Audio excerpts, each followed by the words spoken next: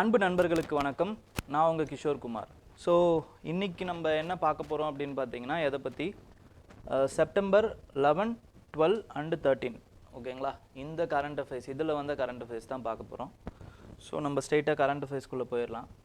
Current அஃபேர்ஸில் பொறுத்த வரைக்கும் first வந்து என்னன்னு பார்த்தீங்கன்னா, அகெயின் சைனா ஆஃப்ரிக்கா சம்மிட் பற்றி தான். பட் இன்னும் கொஞ்சம் டீட்டெயில்டாக இவர் வந்து இந்த ஆத்தர் வந்து என்ன பண்ணியிருக்காருன்னு பார்த்தீங்கன்னா பேசியிருக்காரு. சைனா ஆஃப்ரிக்கா சம்மிட் ஓகேங்களா. இன்னும் கொஞ்சம் இன் டீட்டெயில்டாக நம்ம பார்ப்போம் என்ன ஏது ஓகேங்களா. எவ்வளோ நாள் வந்து எந்த வருஷத்தில் இது ஆரம்பித்தாங்க ஓகேங்களா, யார் யார் எந்தெந்த சம்மிட்டில் எப்பப்பெல்லாம் கலந்துருக்காங்க அப்படிங்கிறதெல்லாம் பார்த்துட்டு அதுக்கப்புறமா வந்து அதோட அவுட்கம்ஸ் என்ன, அதுக்கப்புறமா வந்து அதோடைய அந்த சம்மிட்டோடைய அந்த மெயின் அந்த ரிவ்யூ இருக்குது பார்த்தீங்களா, ரிவ்யூ ரிப்போர்ட், அதில் இருந்து சில விஷயங்கள் என்னென்னலாம் இம்பார்ட்டண்ட்டாக எடுத்திருக்காங்க, அதுக்கப்புறம் இந்தியா என்ன கற்றுருக்கு, இந்தியா என்ன கற்றுக்கலாம் இந்த ரிப்போர்ட்ஸ்லேருந்து இந்த ரிவ்யூஸ்லேருந்து என்ன கற்றுக்கலாம். ஸோ இது எல்லாத்தையுமே நம்ம ஓவராலாக பார்க்க போகிறோம் ஓகேங்களா. ஸோ இப்படி பார்க்கும் பொழுது ஃபஸ்ட்டு இந்த forum on China and Africa இதை பொறுத்த வரைக்கும், இந்த ஃபோரம் ஆன் சைனா அண்ட் ஆஃப்ரிக்காவை பொறுத்த வரைக்கும் இட் எஸ்டாப்ளிஷ்ட் இன் 2000 ஆரம்பிச்சிருக்கு கரெக்டாக ஓகேங்களா. இது வந்து பார்த்தீங்கன்னா 3 வருஷத்துக்கு ஒரு வாட்டி நடக்குது, 3 years once. ஸோ இது வரைக்கும் 9 சம்மிட்ஸ் வந்து கரெக்டாக 3 years கேப்பில் நடந்திருக்கு. கோவிட் டைமில் கூட வர்ச்சுவல் சம்மிட் வச்சுருக்காங்க ஓகே. அப்போது 5னா சைனாவில் 5 வாட்டி நடந்திருக்கு, எல்லாமே பீஜிங்கில் தான் நடந்திருக்கு. ஆஃப்ரிக்காவில் 4 வாட்டி நடந்திருக்கு ஓகேங்களா. சைனாவில் 5 வாட்டி, ஆஃப்ரிக்காவில் 4 வாட்டி ஓகேங்களா. இது இன்னும் ரொம்ப இன் டீட்டெயிலாக உங்களுக்கு போகணும் அப்படின்னா என்னென்ன கண்ட்ரீஸில் நடந்திருக்கு அப்படின்னா அதோ இதில் கொடுத்துருப்பாங்க. எத்தியோப்பியா, எஜிப்டு, சவுத் ஆஃப்ரிக்கா, ஸ்னேஹல் ஓகேங்களா. எத்தியோப்பியா, ஈஜிப்ட், சவுத் ஆஃப்ரிக்கா, அப்புறம் வந்து ஸ்னேஹல். அப்போ E² S² ஞாபகம் வச்சுக்கோங்க. That's all. If you want to remember, இதெல்லாம் ரொம்ப மீடியோக்கர் தான், but if you want to remember you can remember. Next summit 2027 நடக்க போகுது. It is going to be held in காங்கோல் நடக்க போகுது. Joint summit, jointly chaired by Senegal. காங்கோல் நடக்க போகுது, பட் காங்கோவும் ஸ்னேஹல் 2 பேருமே வந்து ஜாயின் பண்ண போகிறாங்க ஓகேங்களா, சேர் பண்ண போகிறாங்க. ஸோ இப்போ இதுக்குள்ளே நம்ம பார்த்துருவோம். ஸோ 3 years once நடக்குது அப்படிங்கிறத நம்ம பார்த்தோம். அண்ட் இட் இஸ் ஆஃப்ரிக்கன் யூனியனில் மொத்தம் 54 மெம்பர்ஸ் இருக்காங்க. அதில் 53 கண்ட்ரீஸ் இந்த ஃபோரமில் இருக்காங்க. எக்ஸப்ட் யார் அப்படின்னு பார்த்தீங்கன்னா எவஸ்தினி அப்படிங்கிற அந்த ஆஃப்ரிக்கன் கண்ட்ரி மட்டும் கிடையாது. ஏன் கிடையாதுன்னா, அவங்க வந்து ஒன் சைனா பாலிசியை வந்து மதிக்கலை. Because they have recognised Taiwan as a country. அதனால் அவங்க கூட வந்து சைனா வந்து இப்போ எந்த ஒரு டிப்ளமேட்டிக் டைஸும் இல்லை ஓகே. ஸோ நெக்ஸ்ட் வந்து என்னென்னு பார்த்தீங்கன்னா அதோட அவுட்கம்ஸ் என்னன்றதும் பார்க்க போகிறோம். இப்போது என்னென்னலாம் அவுட்கம்ஸ் அந்த ஃபோரம்னால வந்திருக்கு அப்படின்னு பார்த்தீங்கன்னா, Chinese premier has pledged nearly $50 billion in financing China for Africa over 3 years. Next 3 yearsல $50 billion ஹஸ் பிளெஜ்டு ஓகேங்களா. அது மட்டும் இல்லாமல் லைன் ஆஃப் கிரெடிட் மூலமாக வந்து $11 billion has pledged okay. Line of credit மூலமாகவும், அதுக்கப்புறமா வந்து $10 billion வந்து இன்வெஸ்ட்மெண்ட் மூலமாக அவங்க வரப்போகுது அப்படிங்கிற மாதிரி சொல்லியிருக்காரு. அப்போ லைன் ஆஃப் கிரெடிட் அப்படிங்கிறது என்ன? லைன் ஆஃப் கிரெடிட் இதுக்கும் டெப்ட் கடனுக்கும் என்ன வித்தியாசம் அப்படின்னா, இப்போ உங்களுக்கு 1000 ரூபா தேவைப்படுதுங்க ஓகேங்களா. 1000 ரூபா தேவைப்படுதுன்னா கடன் நீங்கள் போய் கேட்குறீங்க அப்படின்னா, கடன் வந்து ஃபார் எக்ஸாம்பிள் நீங்கள் ஒரு வீடு கட்டணும்னு நினைக்கிறீங்க, உங்களுக்கு 10 லட்ச ரூபா தேவைப்படுது. ஆனால் இந்த 10 லட்ச ரூபாயும் உங்களுக்கு உடனே தேவையில்லை. ஃபஸ்ட்டு வந்து தளம் போடணும், அப்புறம் அது இது பண்ணணும், அப்போ கொஞ்சம் கொஞ்சமாக தான் தேவை. இப்போ லைன் ஆஃப் கிரெடிட்டுன்னு பொறுத்த வரைக்கும் என்னன்னு பார்த்தீங்கன்னா, நீங்கள் அந்த 10 லட்ச ரூபா உங்களுக்கு சேங்ஷன் ஆகிருக்குன்னா ஒவ்வொரு மாதமும் ஒவ்வொரு லட்ச ரூபா எடுத்துக்கலாம். ஸோ அதுக்கு மட்டும்தான் வட்டி போடுவாங்க. ஆனால் இதே வந்து டெப்ட் கடன்னா உங்களுக்கு 10 லட்ச ரூபாயும் சேங்ஷன் ஆகிடும், நீங்கள் செலவு பண்ணுறீங்களோ இல்லையோ அதை பற்றி அவங்களுக்கு கவலை கிடையாது. ஸோ ஃபஸ்ட்டு மாதத்துலேருந்து 10 லட்ச ரூபாய்க்கும் இன்ட்ரெஸ்ட் வர ஆரம்பிச்சிடும். ஸோ இதுதான் லைன் ஆஃப் கிரெடிட்டுக்கும் கடனுக்குமான டிஃப்ரென்ஸ். ஓகே, அப்போ லைன் ஆஃப் கிரெடிட் மூலமாக வந்து $11 பில்லியன் வந்து சேங்ஷன் பண்ண போகிறாங்க. ஓகேங்களா, அதுக்கப்புறம் they have also pledged to create 1 billion jobs for Africa. Investment வரும்போது இன்ஃப்ராஸ்ட்ரக்சரல் ஆக்டிவிட்டீஸ்லேருந்து இண்டஸ்ட்ரீஸ்லேருந்து வரும்பொழுது so it will automatically creep in to jobs only. அந்த ஜாப்ஸ் வந்து கிட்டத்தட்ட they are aiming for 1 million. ஓகேங்களா, and they are also going to train military officials, military personnels. ஓகேங்களா, because நம்ம ஆல்ரெடி பார்த்தோம் Africa is problematic with respect to its economy. Economic ஸ்டெபிலிட்டியும் இல்லை, அதாவது வந்து கரன்சி டிப்ரிசியேஷன்லேருந்து அதுக்கப்புறமா வந்து இன்ஸ்டெபிலிட்டியிலேருந்து பாதிக்கப்பட்டிருக்கு. அது மட்டும் இல்லாமல் தே ஆர் ஆல்சோ இது for example they are also affected with respect to military coups. Military கூஸ்லேயும் அவங்க வந்து பாதிக்கப்பட்டிருக்காங்க. ஓகேங்களா, அப்போ மிலிட்ரியை வந்து ஸ்ட்ரென்தன் பண்ணுறதுக்கு China is assisting. So they wanted to strengthen the militaries through 6,000 military அஃபீஷியல்ஸை அவங்க வந்து ஸ்ட்ரெயின் பண்ணணும். அதுக்கப்புறமா வந்து 1000 போலீஸ் லா என்ஃபோர்ஸ்மெண்ட்டை ட்ரெயின் பண்ணணும்னு நினச்சிட்டு இருக்காங்க. அண்ட் 33 ஆஃப்ரிக்கன் லீஸ்ட் டெவலப்டு கண்ட்ரீஸுக்கு தே என்ன பண்ண போகிறாங்க அப்படின்னு பார்த்தீங்கன்னா they are going to give concessions. என்ன கன்செஷன்னா zero tariff treatment will be given. எந்த ஒரு டேரிஃபும் இல்லை. ஓகேங்களா, டேரிஃபே இல்லாமல் இம்போர்ட் எக்ஸ்போர்ட் பண்ணிக்கலாம் அப்படிங்கிறது தான் வந்து சைனா வந்து சொல்லியிருக்காங்க. ஸோ இதெல்லாமே வந்து அவுட்கம்ஸ். ஏன் வந்து சைனா வந்து they are fixated in Africa, ஆஃப்ரிக்காவில் இன்வெஸ்ட் பண்ணணும்னு ஏன் அவங்க நினைக்கிறாங்க அப்படின்னா because China and other countries know that future lies in Africa. ஓகேங்களா, ஃபியூச்சர் லைஸ் இன் ஆஃப்ரிக்கா, இல்லைனா வந்து வேர்ல்டோடைய ஃபியூச்சர் வந்து ஆஃப்ரிக்கா தான் அப்படிங்கிறது எல்லாருக்குமே தெரியும். Because of 3 important things. First of all it is blessed with the immense natural resources. Name the natural resources you can find it in Africa. எந்த resources ஆனாலும் இருக்கலாம். It can be of oil, it can be of natural gas, it can be of LNG, it can be of forest produces, it can be of critical minerals. ஓகேங்களா, lithium, cobalt, இந்த மாதிரியான critical minerals, இந்த மாதிரி எது இருந்தாலுமே ஆஃப்ரிக்காவில் you can find it. And next with respect to the young population, western கண்ட்ரீஸில் மற்ற இடத்துலலாம் என்ன ஆகுது அப்படின்னு பார்த்தீங்கன்னா பாப்புலேஷன் வந்து ஏஜ்டு பாப்புலேஷனாக மாறிக்கிட்டு இருக்காங்க. பட் சவுத் ஏஷியாலையும் சரி அதுக்கப்புறமா வந்து ஆஃப்ரிக்காலையும் சரி it is blessed with young population. So if we invest in them, அவங்களுக்கு கரெக்டான கேபிட்டல் கொடுத்தோம் அப்படின்னா health, education wise if you empower them you can reap the benefits through the demographic dividend. Work ஃபோர்ஸாக அவங்களால மாற முடியும். ஓகேங்களா, அதனாலையும் அது important. And then there are vast agriculture land because they have savanna grassland நம்மளால் வந்து என்னவா மாற்ற முடியும்னு சொல்லியிருக்கேன். we can transform it into agriculture fields. So they have vast tracts of agriculture lands. So they can ensure the food security. Future food basket ah மாறதுக்கு அவங்களுக்கு வாய்ப்பு இருக்கு. Now the food basket is with respect to Ukraine and Russia. Wheat basket. ஏன்னா அங்கே தான் ஸ்டெப்பீஸ் இருக்கு.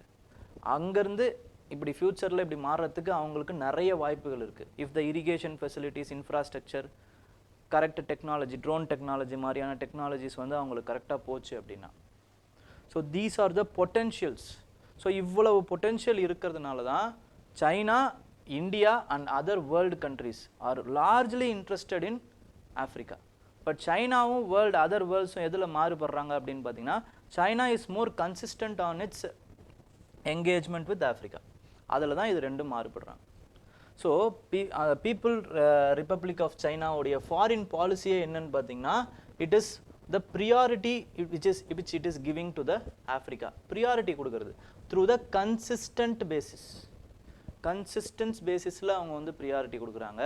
அதுக்கப்புறம் if you see the document which they have jointly released, ஓகேங்களா, இந்த ஃபோரமில் ஆஃப்ரிக்காவும் சைனாவும் மொத்தமாக வந்து ஒரு ரிப்போர்ட் ரிலீஸ் பண்ணியிருக்காங்க. அதில் நம்ம பார்க்கும்போது என்னென்ன தெரியுது அப்படின்னா, they wanted to have a synergy between the initiatives, both initiatives.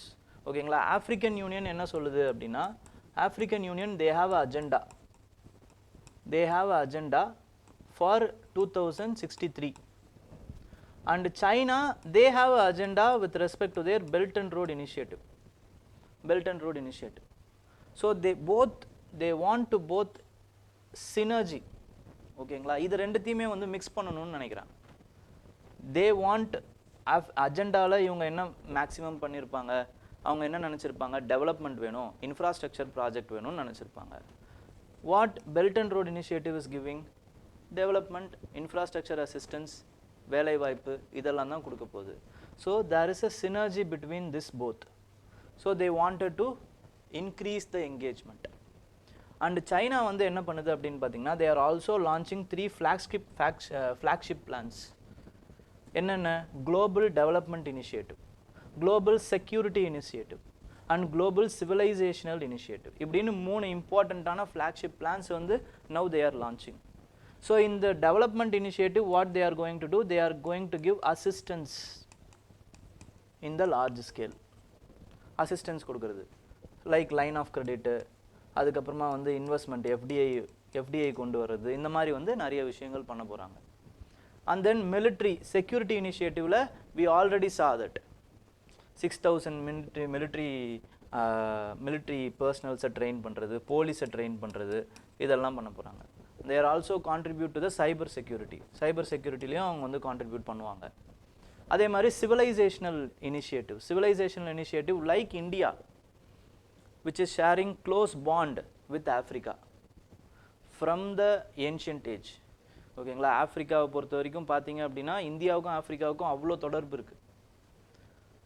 அதே மாதிரியே they have a linkage with respect to China also. So அந்த சிவிலைசேஷனல் லிங்கேஜஸை வந்து யூஸ் பண்ணுறாங்க. இப்போ நீங்கள் இன்வெஸ்ட் பண்ணுறீங்க, நீங்கள் வளர்றீங்க, டெவலப் ஆகுறீங்க, but you should not compromise on your civilisational linkages also. So பழமை மாறாமல் வளர்க்கணும், இதுதான் அவங்க நினைக்கிறது. ஓகேங்களா? Civilisational development and that should also be sustainable development.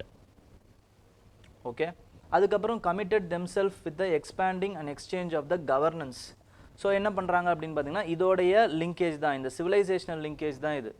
அவங்களுடைய சிவிலைசேஷனுடைய கேரக்டரிஸ்டிக்ஸ் மாறாமல் அவங்க என்ன பண்ணணும்னு நினைக்கிறாங்கன்னா, they want to contribute on the governance, modernisation and they want to reduce the பாவர்ட்டியை ரெடியூஸ் பண்ணணும், மாடர்னைசேஷன் ஆகணும். But they should not compromise on their civilisational values. ஆஃப்ரிக்காவுக்குன்னு ஒரு வேல்யூ இருக்குது, இந்தியாவுக்குன்னு ஒரு வேல்யூ இருக்குது.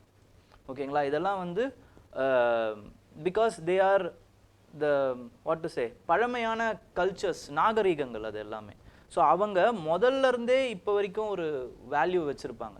ஃப்ரம் இண்டஸ் வேலி civilisation, from Vedic culture, from many other cultures and civilisation, Indians வந்து ஒரு கல்ச்சரை வந்து தொடர்ந்து வச்சுருப்பாங்க. ஓகேங்களா? அந்த கல்ச்சர், அந்த கூறுகள் இன்னுமே வந்து நம்மக்கிட்ட இருக்கும். ஓகேங்களா? அதுதான் வந்து சேஞ்சஸ் அண்ட் கண்டினியூட்டி அப்படின்னு ஹிஸ்ட்ரியில் படிப்பீங்க. ஸோ இண்டஸ் வேலி சிவிலைசேஷன் பீப்புள் அப்போவே வந்து காட்டன் யூஸ் பண்ணாங்க, துணி யூஸ் பண்ணாங்க, இப்பயும் நம்ம யூஸ் பண்ணுறோம். அப்பையும் வந்து அரிசி சாப்பிட்டாங்க, இப்பயும் நம்ம அரிசி சாப்பிட்டுக்கிட்டு இருக்கோம். நம்மளுடைய உணவு பழக்கத்திலேருந்து, நம்மளோட கல்ச்சர்லேருந்து, நம்மளுடைய ட்ரெஸ்ஸிங்லேருந்து, நம்மளோட மேரேஜ் சிஸ்டம்லேருந்து எல்லாமே it was influenced based on our culture. We have developed now but we didn't let the culture vanish away. So அதே மாதிரி தான் இவங்களும் ஆசைப்படுறாங்க. ஓகேங்களா? நெக்ஸ்ட் வந்து என்ன அப்படின்னு பார்த்தீங்கன்னா, with respect to the reforms, இதுவும் அடுத்த இம்பார்ட்டண்ட்டான விஷயம். இன்னொரு ஆச்சரியமான ஒரு அதிர்ச்சியான விஷயம் என்ன அப்படின்னு பார்த்தீங்கன்னா, Africa has appreciated China as is the first country to support the African Union in joining the G20 அப்படின்னு அப்ரிஷியேட் பண்ணியிருக்காங்க. ஏன் இது ரொம்ப அதிர்ச்சி அப்படின்னு பார்த்தீங்கன்னா, because the initiative was taken by India தான் அந்த இனிஷியேட்டிவ் எடுக்கிறாங்க. இந்தியாவுக்கு தான் வந்து அந்த பேர் போயிருக்கணும். But Africa as a whole giving the credit to the China. This is another important threat to India.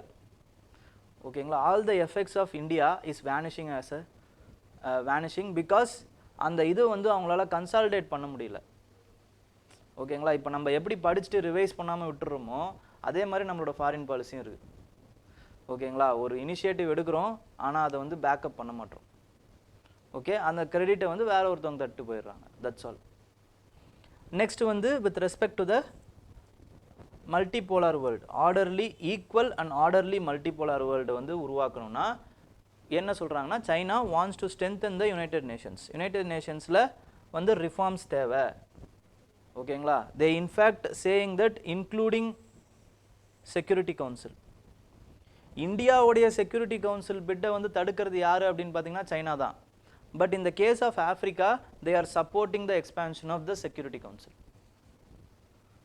And other important thing which they want to do is இந்த யுனைடெட் நேஷன்ஸ்லேயே, யுனைடெட் நேஷன்ஸில் இப்போ வந்து யுனைடெட் நேஷன்ஸ் பீஸ் கீப்பிங் ஃபோர்ஸ்னு இருக்குது. Peace keeping force, peace keeping force. This force, the UN is funding this force. இந்த ஃபோர்ஸுக்கு வந்து UN தான் ஃபண்ட் பண்ணுது. இப்போ சைனா என்ன சொல்கிறாங்க, this funding should be diverted to the individual countries. Individual countries அவங்களுடைய கெப்பாசிட்டியை வழங்க. They have to maintain their own security operations. Independence peace security operation should be motivated. அவங்களுடைய கெப்பாசிட்டியை வளர்க்குறதுல நம்ம அந்த ஃபண்டிங்கை செயல்படுத்தணும் அப்படின்னு சைனா வந்து சொல்கிறாங்க. So major reforms in UN. Okay, how it is functioning. Next வந்து அடுத்து என்ன பண்ணுறாங்க அப்படின்னு பார்த்தீங்கன்னா, they are also appreciating about the progress among the African continental free trade agreement. ஓகேங்களா. அவங்களுக்குள்ள வந்து ஃப்ரீ ட்ரேட் அக்ரிமெண்ட் வச்சுருக்காங்க. அதில் வந்து ஒரு ப்ராக்ரஸ் இருக்குது அப்படிங்கிறத அப்ரிஷியேட் பண்ணுறாங்க. இந்த டாக்குமெண்ட்ஸில் இது எல்லாமே இருக்குது. ஓகேங்களா. And there are different types of schools which are more enjoying spectacle and also negotiating with this kind of deals. என்னன்னு பார்த்தீங்கன்னா, ஆஃப்ரிக்காவுக்கும் சைனாவுக்கும் இருக்கக்கூடிய relationship is a natural relationship.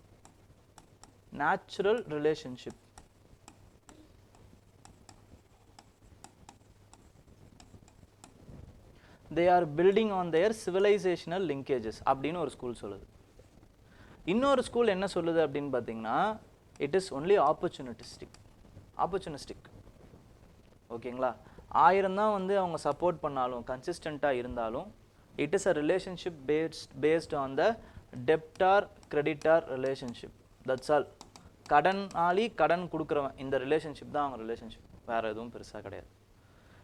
Another school, what they are saying is, even though every African country knows that it is threat to their sovereignty, threat-ஆ இருந்தாலுமே, this Africa-China relationship is derived on the anti-Americanism.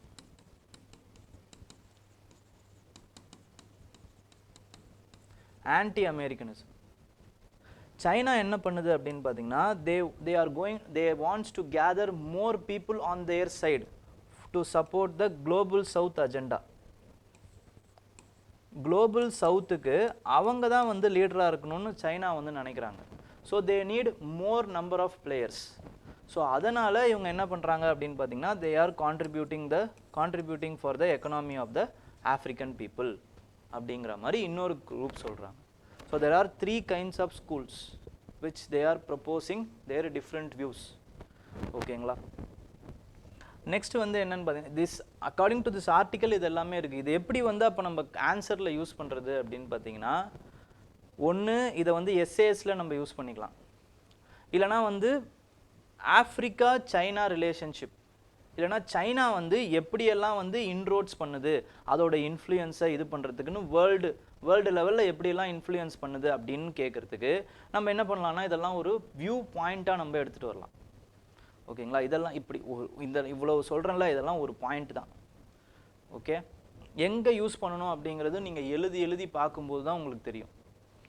Next வந்து there are some key takeaways with respect to India. என்னது, we have to be consistent first, again போன ஆர்டிக்கலில் சொன்னதே தான். And we have to explore our historical bonds. historical bonds வந்து நம்ம explore பண்ணணும். And we should also have some political will.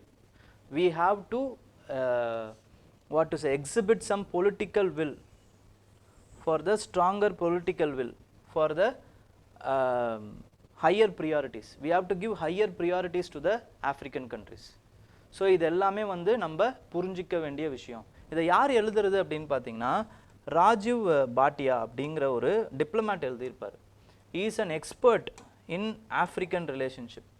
ஓகேங்களா, அவர் வந்து பல கண்ட்ரீஸில் வந்து இருந்தார். கென்யா, சவுத் ஆஃப்ரிக்கா, லிசோத்தோ, இந்த மாதிரி வந்து நிறைய ஆஃப்ரிக்கன் கண்ட்ரீஸில் இருந்தார். ஸோ ஆஃப்ரிக்கன்ஸ் வந்து எப்படி யோசிப்பாங்கங்கிறது அவங்களுக்கு தெரியும். And is also a author of India Africa relations, India Africa relations changing horizon அப்படிங்கிற அந்த புக்கோட ஆத்தர் அவர். ஓகேங்களா, அதனால இந்த மாதிரி ஆத்தர்ஸ் சொல்கிற சில விஷயங்களை நம்ம அப்படியே வந்து எடுத்துக்கணும். இந்த வியூஸை தான், இந்த வியூ பாயிண்ட் தான் நம்ம வியூ பாயிண்ட்டாக சொல்லணும். It will give more legitimacy to us. ஓகேங்களா, நம்ம போய் அங்கே பார்த்துருக்க மாட்டோம். But the whole collective wisdom of this author can be cruxed in these articles. அந்த ஆர்டிக்கல்லேருந்து நம்ம எடுத்து நம்ம யூஸ் பண்ணிக்கலாம் பாயிண்ட்ஸை. ஓகே, ஸோ ஒரு ஆர்டிக்கலை படிக்கிறதுக்கு முன்னாடி அவர் யார் என்ன அப்படிங்கிறதையும் பார்த்துட்டு அதுக்கான இம்பார்ட்டன்ஸ் வந்து ஏறும். சில நேரம் சி ரங்கராஜன் எழுதியிருப்பார் ஆர்டிக்கல். அவர்லாம் வந்து என்னன்னு பார்த்தீங்கன்னா ஃபினான்ஸ் எக்ஸ்பர்ட் அவர். ஓகே, சில நேரம் வந்து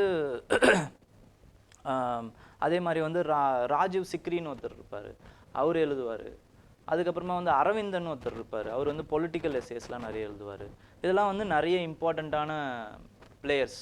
ஓகே, இவங்களோட ஆர்டிகல்ஸும் இன்ட்ரெஸ்டிங்காக இருக்கும். நெக்ஸ்ட் வந்து யுஏஇ இந்தியா டைஸ். இவங்க வந்து யார் அப்படின்னு பார்த்தீங்கன்னா she is a special ஆன்வாய்.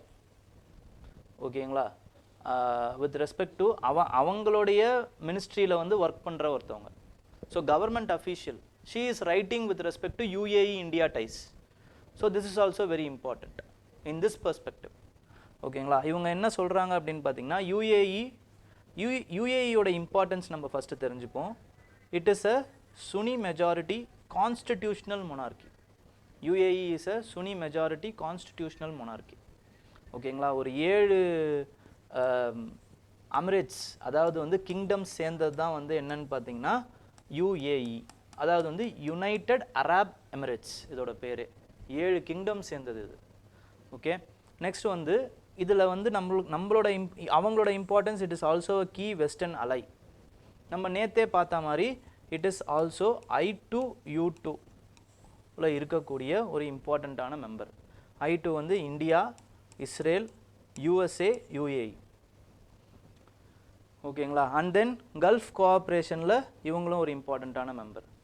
And the highest number of Indian diaspora is residing in the UAE. Nearly 3.5 million. 3.5 million Indian diaspora. Basically they are all are maximum they are blue collar workers. Slightly white collar workers இருப்பாங்க, but maximum they are blue collar workers. அதாவது வந்து construction workers, drivers, இந்த மாதிரியான domestic workers, இந்த மாதிரி நிறைய பேர் இருக்காங்க. நர்ஸு, இந்த மாதிரியான ஒர்க்கர்ஸ் நிறைய பேர் அங்கே இருக்காங்க. And they are contributing for the remittances for India. West ஏஷியாவிலேருந்து மட்டும் நம்மளுக்கு nearly 50% of the remittance is coming. West ஏஷியாவிலேருந்து மட்டும். India is the highest remittance collecting country, receiving country. Remittance அப்படிங்கிறது என்னன்னா அங்கேருந்து ஒர்க் பண்ணி அவங்களுடைய அந்த நாட்டுடைய காசை இங்கே அனுப்புவாங்க. அதுக்கு நம்ம நாடு எதுவும் திருப்பி அவங்களுக்கு காசு கொடுக்க வேண்டிய அவசியம் இல்லை. இது வர்றது எல்லாமே லாபம் தான். ஓகேங்களா, it is also it is exchange, it is what to say filling our forex reserves. இதெல்லாம் நமக்கு ரொம்ப ரொம்ப இம்பார்ட்டன்ட். இதிலிருந்து மட்டுமே நமக்கு nearly $100 billion coming.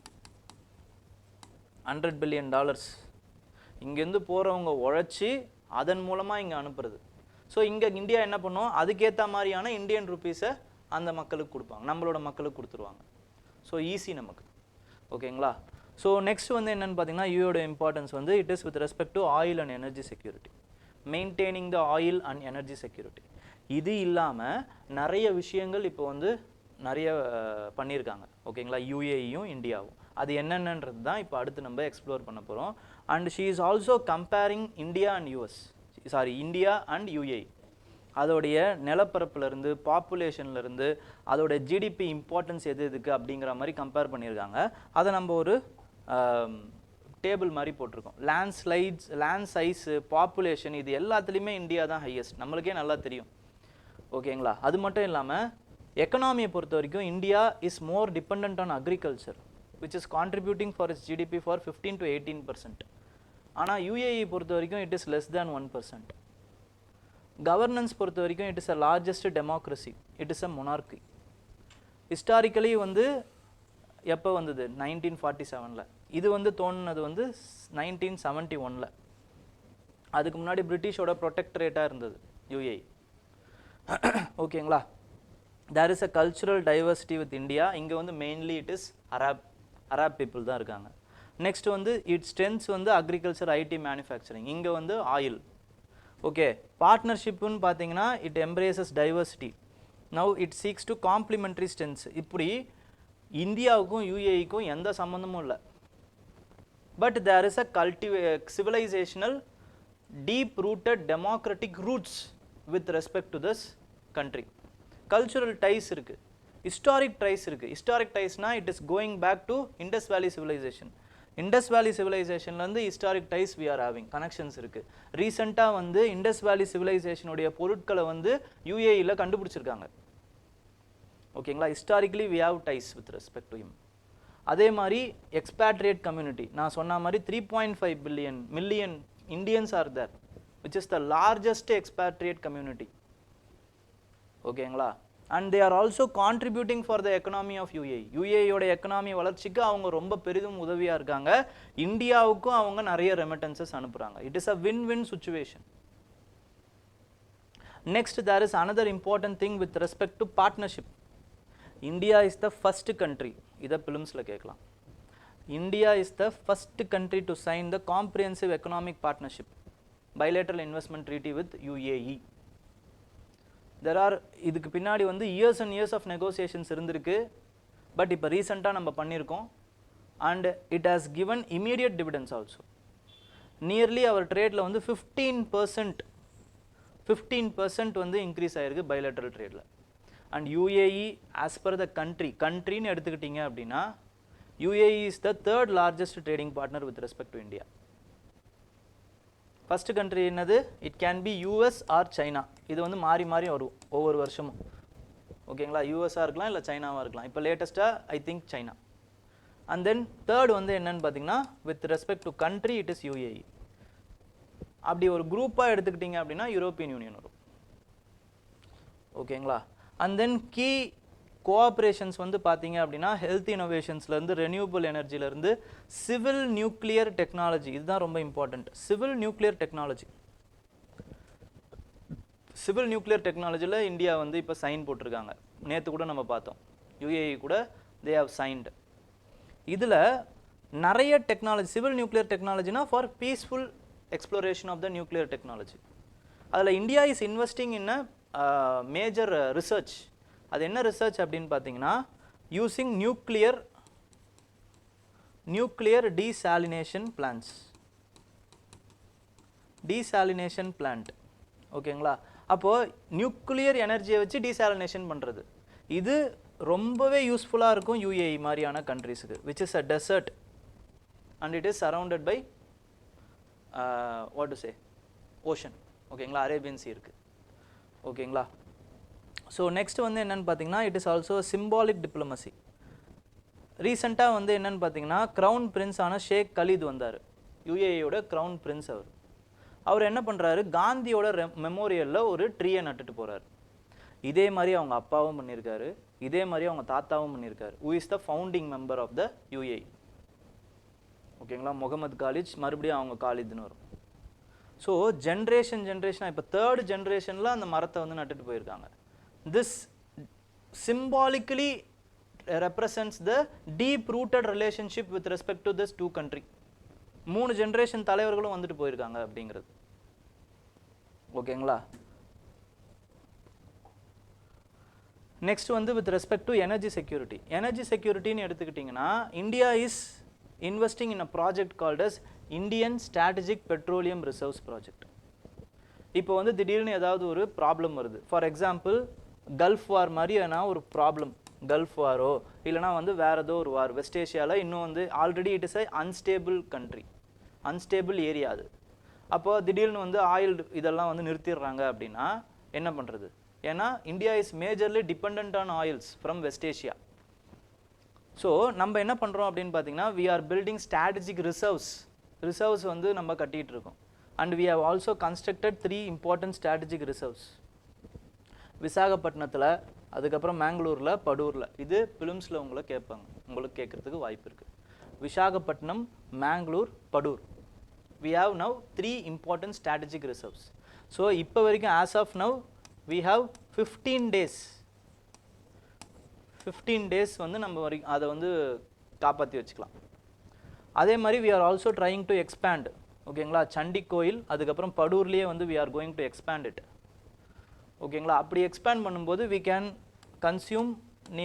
can save nearly 30 days of oil. ஸ்ட்ராட்டஜிக்காக வந்து நம்மளால் வந்து வச்சுக்க முடியும். ஸோ இதுக்கு கான்ட்ரிபியூட் பண்ணுறது யார் அப்படின்னு பார்த்தீங்கன்னா UAE.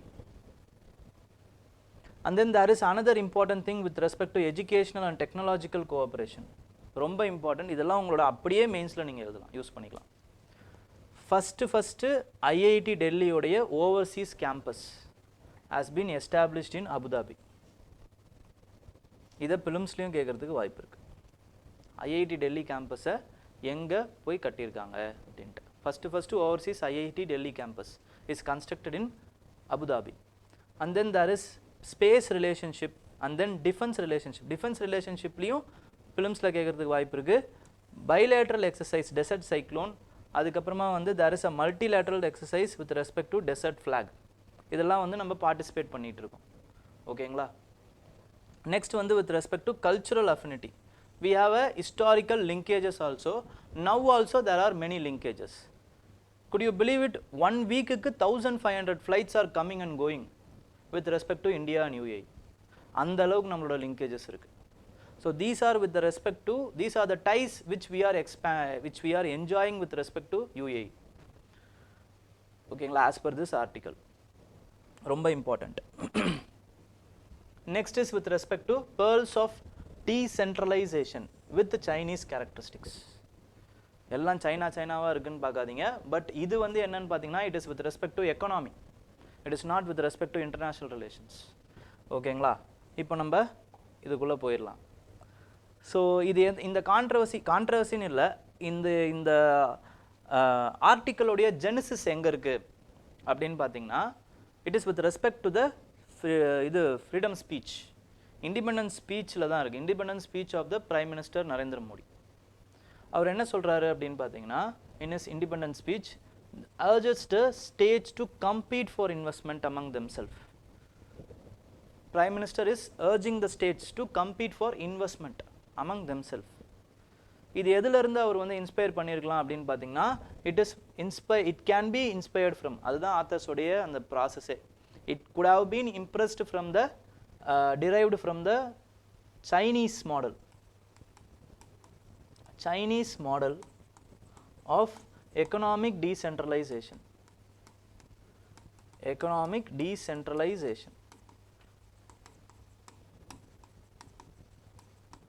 சைனால டீசென்ட்ரலைசேஷனா அப்படின்னு நினைக்காதீங்க, but it is true.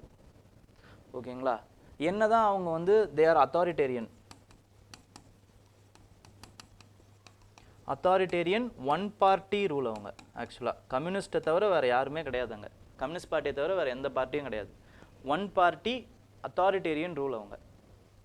Okay, there are some instructions which are given from the high command which have been followed in the provincial level. இப்படி தான் இருப்பாங்க politically. But economically speaking China has given all free hand to the provinces. ப்ராவின்சஸுக்கே full இதுவும் கொடுத்துட்றாங்க. ஓவராலாக என்ன சொல்கிறாங்க அப்படின்னு பார்த்தீங்கன்னா ஓவராலாக they will give some frameworks.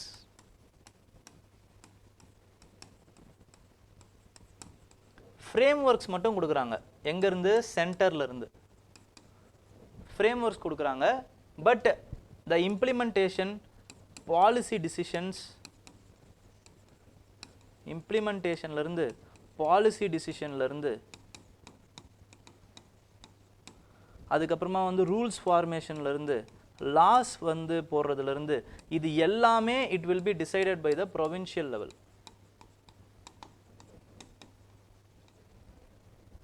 இப்போ ஃபார் எக்ஸாம்பிள் ஒரு ஃப்ரேம் ஒர்க் என்ன அப்படின்னு பார்த்தீங்கன்னா you have to make more investments,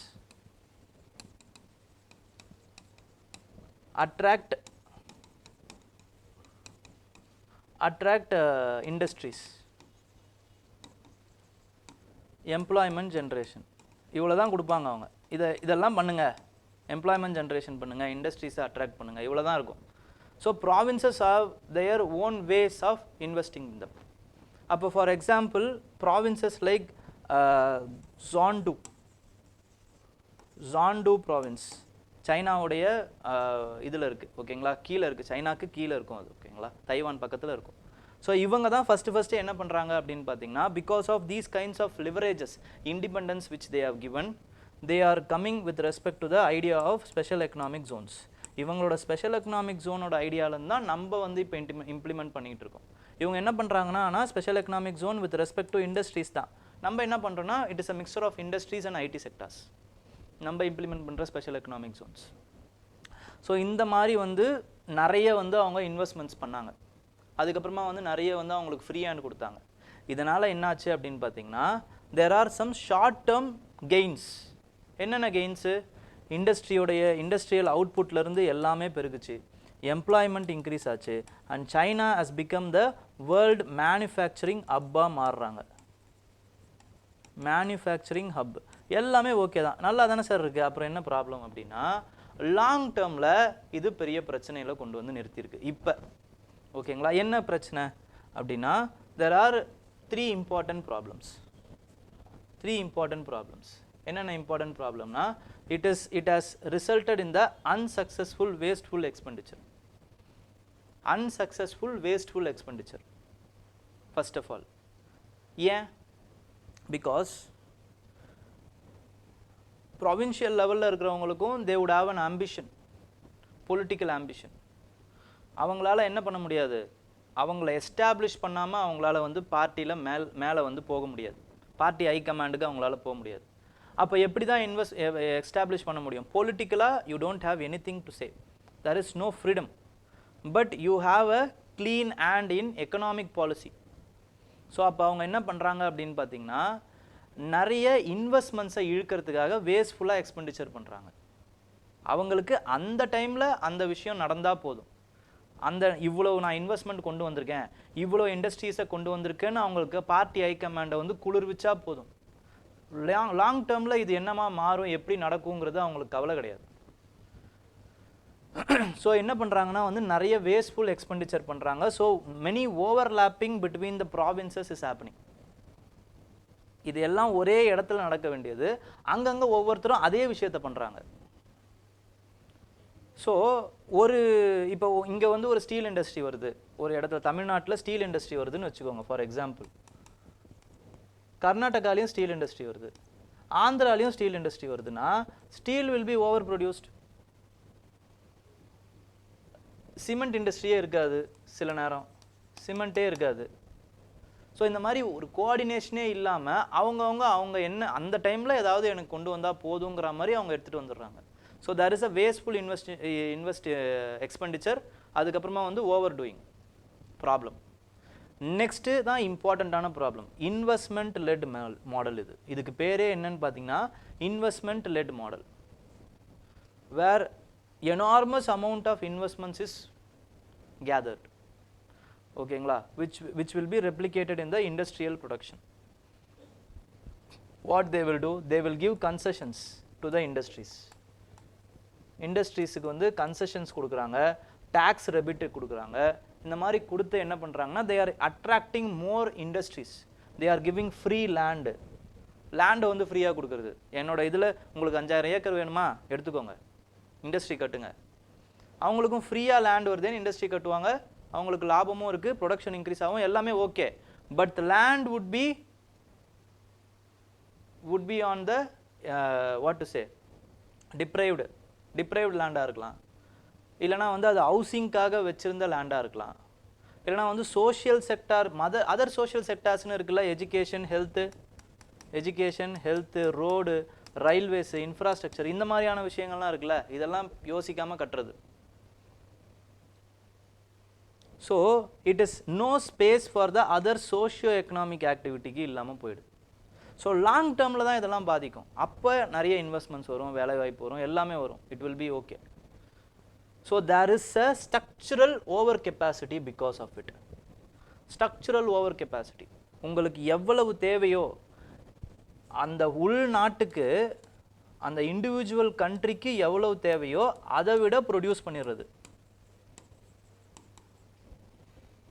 structural over capacity. Over produce பண்ணிடுறாங்களா, இப்போ என்ன பண்ணுறாங்க, they are exporting the produce.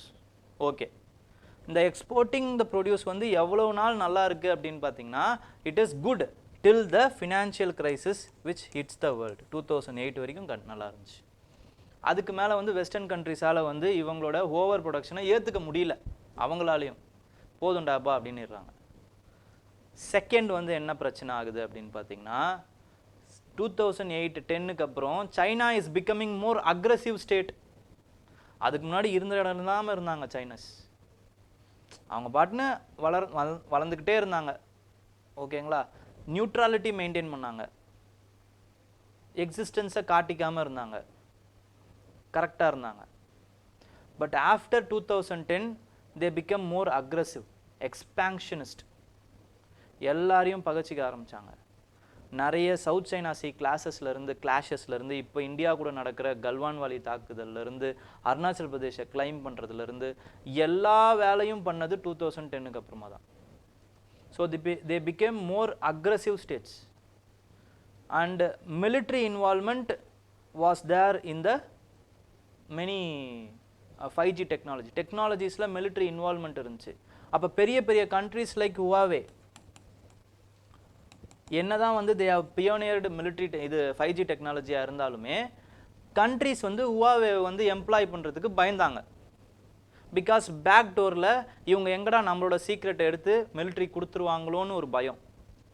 So because of the high handedness of the Chinese state also, lack of trust, diplomacy like the cheque book diplomacy or cheque book diplomacy மாதிரி இல்லைனா Depp drop diplomacy. China மேலே ஒரு சஸ்பிக்ஷன், அந்த ஸ்வாட் of suspicion வந்து எப்பயுமே தொங்கிக்கிட்டே இருந்துச்சு.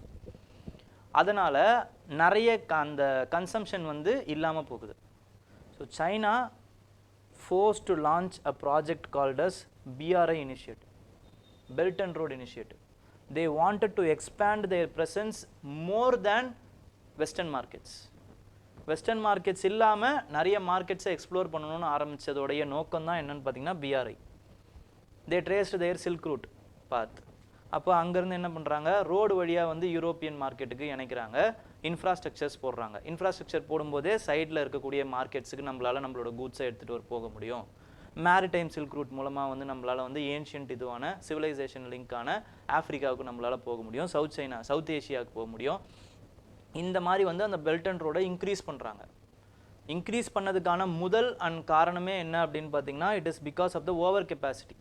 அவங்களுக்கு consume பண்ணுறதை விட அதிகமாக வந்து அவங்க இது பண்ணி வச்சுட்டாங்க, ப்ரொடியூஸ் பண்ணி வச்சுட்டாங்க. அது எல்லாத்தையும் இப்போ வித்தாகணும். They want to there is a search of மார்க்கெட்டுக்கு போகணும் அப்படின்னா இன்ஃப்ராஸ்ட்ரக்சர் தேவை. So they launched the BRI and there is a inherent geo political reasons also, அதுவுமே இருக்குது. ஆனால் இதுதான் மெயினான ரீசன். ஸோ இது ஒரு பெரிய ப்ராப்ளம் ஆயிடுச்சு. நெக்ஸ்ட் இம்பார்ட்டண்ட்டான ப்ராப்ளம் என்ன ஆகுது அப்படின்னு பார்த்தீங்கன்னா, they also became over the period of time, they wanted to become self-sufficient. இந்த self-sufficiency, இந்த quest of self-sufficiency என்ன ஆயிடுச்சு அப்படின்னு பார்த்தீங்கன்னா, அவங்களுக்கு எதில் வந்து அட்வான்டேஜ் இருக்கோ அதில் வந்து அவங்களுடைய இன்வெஸ்ட்மெண்ட்டை வந்து செலுத்தாமல் செல்ஃப் சஃபிஷியன்ட் ஆகணுன்ட்டு எல்லா கிரிட்டிக்கல் இதுலேயுமே வந்து இன்ஃப்ராஸ்ட்ரக்சரில் வந்து செலுத்த ஆரம்பித்தாங்க. ஸோ அப்படி செலுத்தும் போது என்ன ஆகுதுன்னு பார்த்தீங்கன்னா, த many entities became loss making entities. Nearly 30% of the entities in China is now loss making entities. இதோடைய பெரிய ப்ராப்ளமே எங்கே போய் நின்றுச்சு அப்படின்னு பார்த்தீங்கன்னா it came into the form of real estate problems. ஏன்னா லாஸ் மேக்கிங் என்டிட்டிஸ் அப்படிங்கிறதுனால வேலை வாய்ப்பு நிறைய பேருக்கு கொடுக்க முடியல. வேலை வாய்ப்பு கொடுக்க முடியாதனால நிறைய பேரால் வந்து வீடு வாங்க முடியல. வீடு நிறைய பேர் வாங்குவாங்க, எக்கனாமி பூம் ஆகுங்கிற பேரில் நிறைய கோடியாக கொடுத்து ரியல் எஸ்டேட்டில் நல்லா வந்து கட்டி வச்ச எல்லா பில்டிங்ஸுமே வந்து இடிக்க வேண்டியதாக போயிடுச்சு. Many towns has become ghost cities in spite of China is the world's largest population. According to UN, now India is the world's largest population, but officially we didn't have any census. அதனால இன்னும் China தான் world's largest population.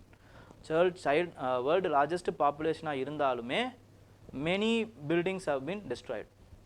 Afford பண்ண முடியல. Real estate sectorல அவ்வளோ problem. All because of the problem of self-sufficiency.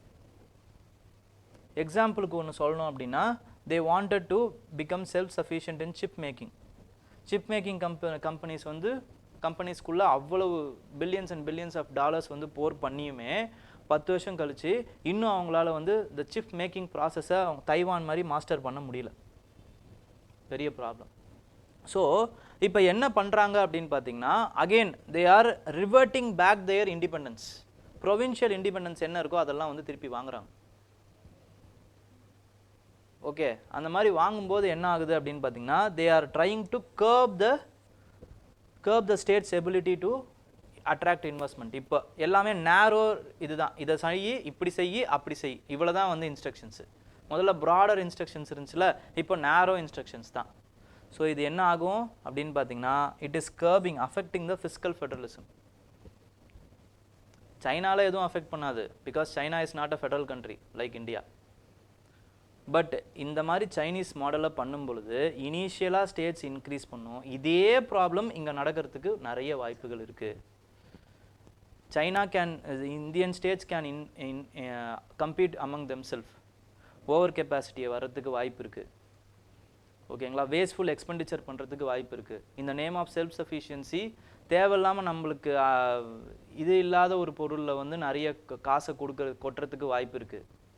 அதே மாதிரி அப்படி பண்ணும் பொழுது சென்டர் என்ன பண்ணலாம், மறுபடியும் வந்து அந்த இண்டிபெண்டன்ஸை எடுக்கிறதுக்கு வாய்ப்பு இருக்குது. This will curb the fiscal federalism which is again guaranteed in the constitution. ஓகேங்களா, இந்த மாதிரி ஆகிறதுக்கு நிறைய வாய்ப்பு இருக்குது. அதனால the authors are cautioning the India not to go in the path of China. Okay. Next is with respect to bulldozer justice. Bulldozer justice பற்றி இந்த ஆத்தர்ஸ் பேசியிருக்காங்க. நம்ம அதை பற்றி கொஞ்சம் பார்த்துருவோம். ஸோ புல்டோசர் ஜஸ்டிஸ்னால் என்ன?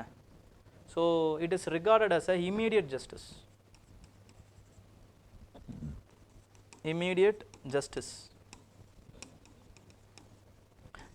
Justice and eye for an eye tactic approach. ஓகேங்களா, இப்போ நீ வந்து ஒரு தப்பு பண்ணுற, நான் வந்து நீ தப்பு பண்ணிட்டேன்றது எனக்கு தெரியும். So what I am doing is I am giving you immediate punishment in the name of demolishing your properties. Because what you have done, public ப்ராப்பர்ட்டியை நீ டெமாலிஷ் பண்ணிட்டு வந்துட்ட. So now I am going to demolish your property. So I for an eye இந்த approach. இது ஏதாவது ஒரு authoritarian ரூல்னா பரவாயில்ல. But India is rule based on the constitution. Rule of law இங்க இருக்கு. Due process of law is established in the India. இந்த மாதிரி ஒரு சூழ்நிலையில் இந்த காப் பஞ்சாயத்து மாதிரி இல்லைனா வந்து ஒரு குயிக் ஜஸ்டிஸ் மாதிரி இருக்கக்கூடிய இந்த bulldozer justice is against the due process of law அப்படிங்கிறது தான் இப்போ ப்ராப்ளம். ஓகேங்களா, இட் கேன் பி ஆஃப் டிட்டரன்ஸ்லாம் வரும், பயம் வரும், டிட்டரன்ஸ் வரும், எல்லாமே okay. But what if the accused is Innocent?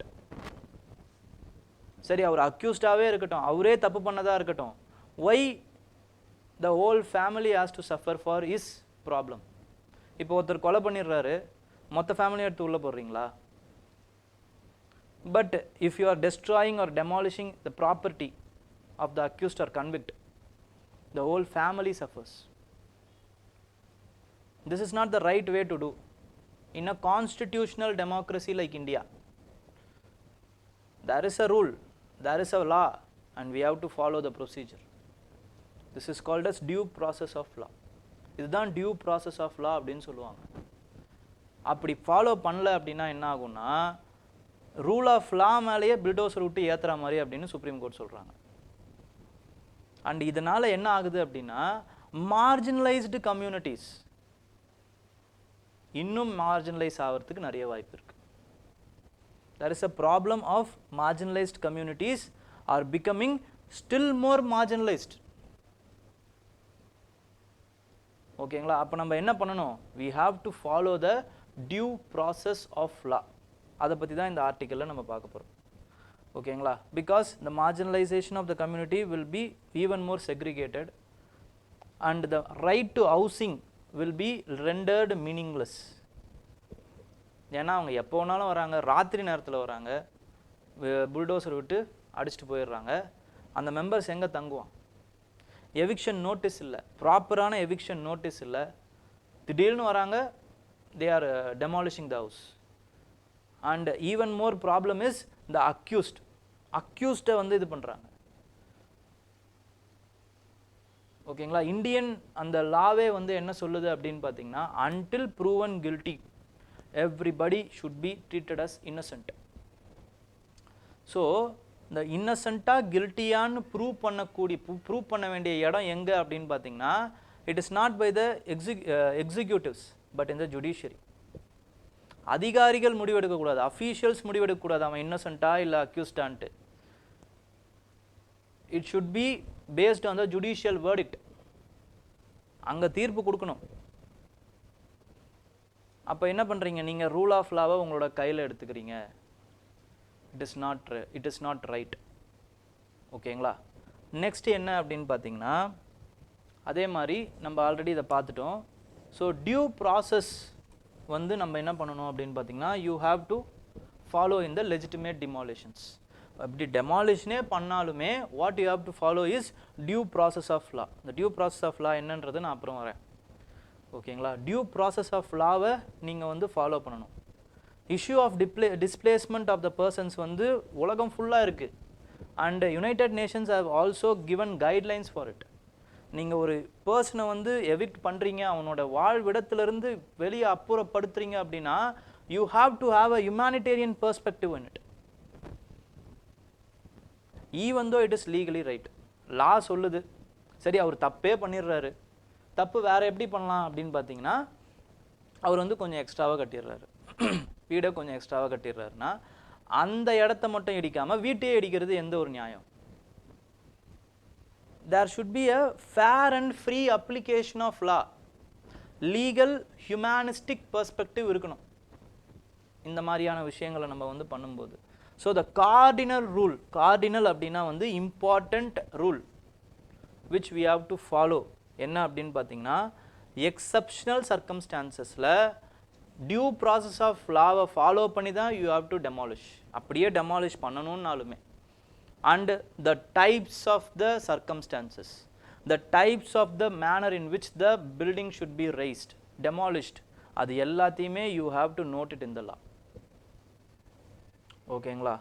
அது that's action should be equal to the right to have justice, adequate housing and settlement versus the state action. state actionக்கும் அந்த adequate shelterக்குமே கொடுக்குற அந்த ஒரு ஸ்ட்ரைக் பேலன்ஸ் பண்ணணும். ஓகேங்களா? இதெல்லாம் பண்ணுறதுக்கு there are 3 important things. என்னன்னா இப்போ எதுக்காக இதை கொண்டு வராங்கன்னா Supreme Court as what to say as ordered that ban India இந்த மாதிரி டெமாலிஷன் கைட்லைன்ஸ் வந்து நம்ம வந்து கொண்டு வரணும். ஓகேங்களா? பேன் இண்டியா லெவலில் கைட்லைன்ஸ் கொண்டு வரணும்னு எக்ஸ்பர்ட்ஸ் கிட்ட வந்து அவங்களோட வியூஸை கேட்குறாங்க சுப்ரீம் கோர்ட். ஸோ அதனால தான் வந்து இந்த இது இருந்துச்சு. ஓகேங்களா? நெக்ஸ்ட் வந்து pre demolition stage, during demolition stage, அதுக்கப்புறம் ஆஃப்டர் டெமாலிஷன் ஸ்டேஜ் என்னென்ன மாதிரியான விஷயங்களை நம்ம ஃபாலோ பண்ணணும் அப்படிங்கிற மாதிரி இந்த ஆத்தர்ஸ் சில விஷயங்களை சொல்லியிருக்காங்க. இப்போ ப்ரீ டெமாலிஷன் ஸ்டேஜா ஃபஸ்ட்டு என்ன பண்ணணும்னா டியூ நோட்டீஸ், ரீசனபிள் நோட்டீஸ் வந்து ஃபஸ்ட்டு கொடுக்கணும் அவங்களுக்கு. இதுக்காக தான் நீங்கள் டெமாலிஷன் பண்ண போகிறீங்க. And they should also give ample amount of time to have a legal recourse.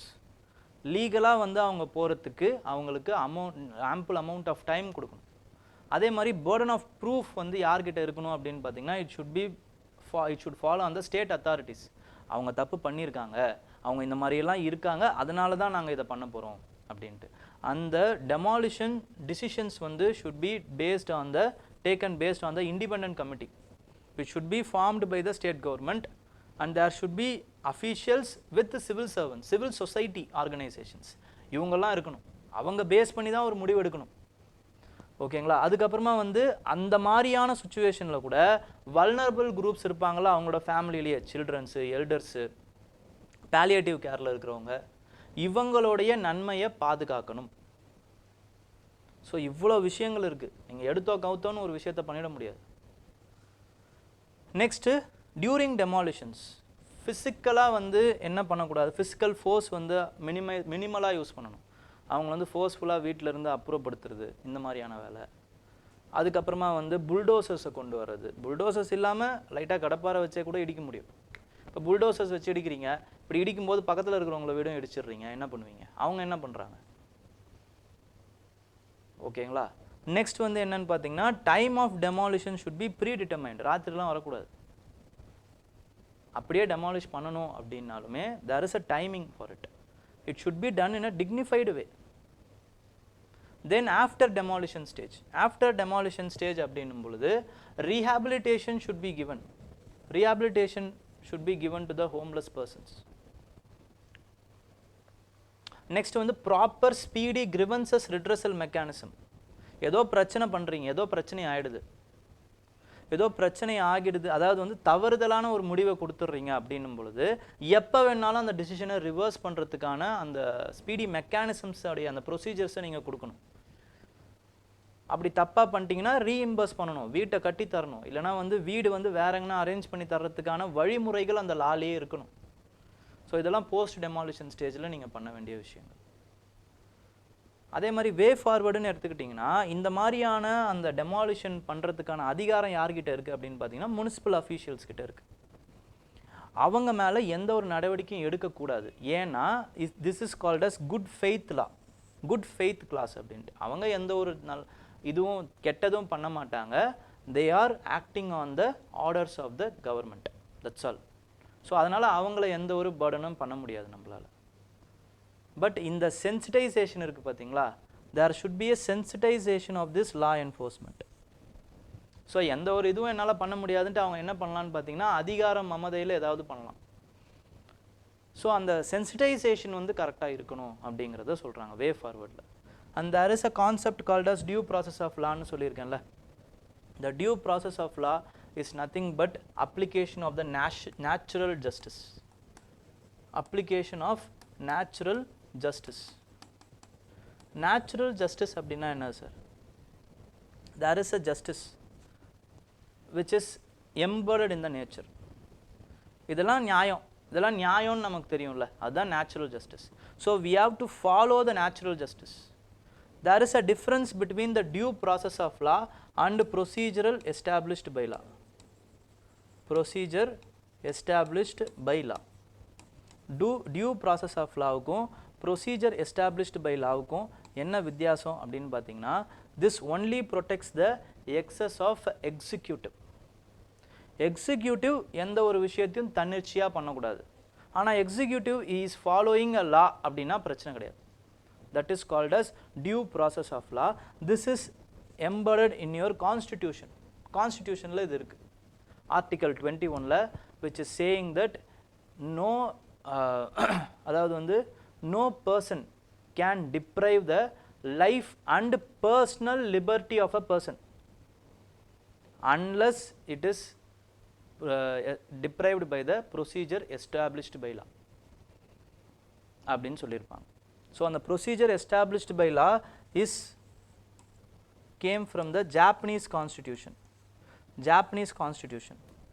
Due process of law அப்படிங்கிற இந்த கான்செப்ட் வந்து it is followed in the USA constitution.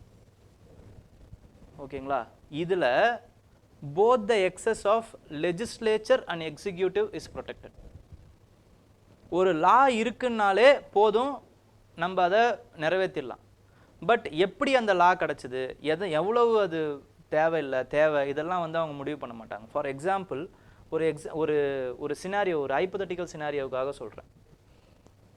இப்போ வந்து ஒரு லா இருக்குது. என்ன லா இருக்குது அப்படின்னு பார்த்தீங்கன்னா, எல்லாரும் நாளைக்கு தலைகீழ தான் நடக்கணும் இப்படின்னு ஒரு லா போட்டுடுறாங்க. அப்படின்னா அந்த லாவை வந்து எக்ஸிக்யூட்டிவ் வந்து நிறைவேற்றணும்னு நினைக்கிறாரு. ப்ரொசீஜர் எஸ்டாப்ளிஷ் பை லா படி கரெக்ட், அது தப்பு கிடையாது. ஏன்னா லா இருக்குது, நான் நிறைவேற்றணும்னு நினைக்கிறேன், that's all. there is a procedure which I am executing it. But due process of லாவில் என்ன பண்ணுவாங்கன்னு பார்த்தீங்கன்னா, the fairness of the law, application of the law, the intention of the law எல்லாத்தையுமே வந்து செக் பண்ணுவாங்க. ஏன் எந்த முட்டாளாவது இந்த மாதிரி பண்ணுவானா அப்படின்ட்டு வந்து it can be struck down by the constitution, it can be struck down by the Supreme Court.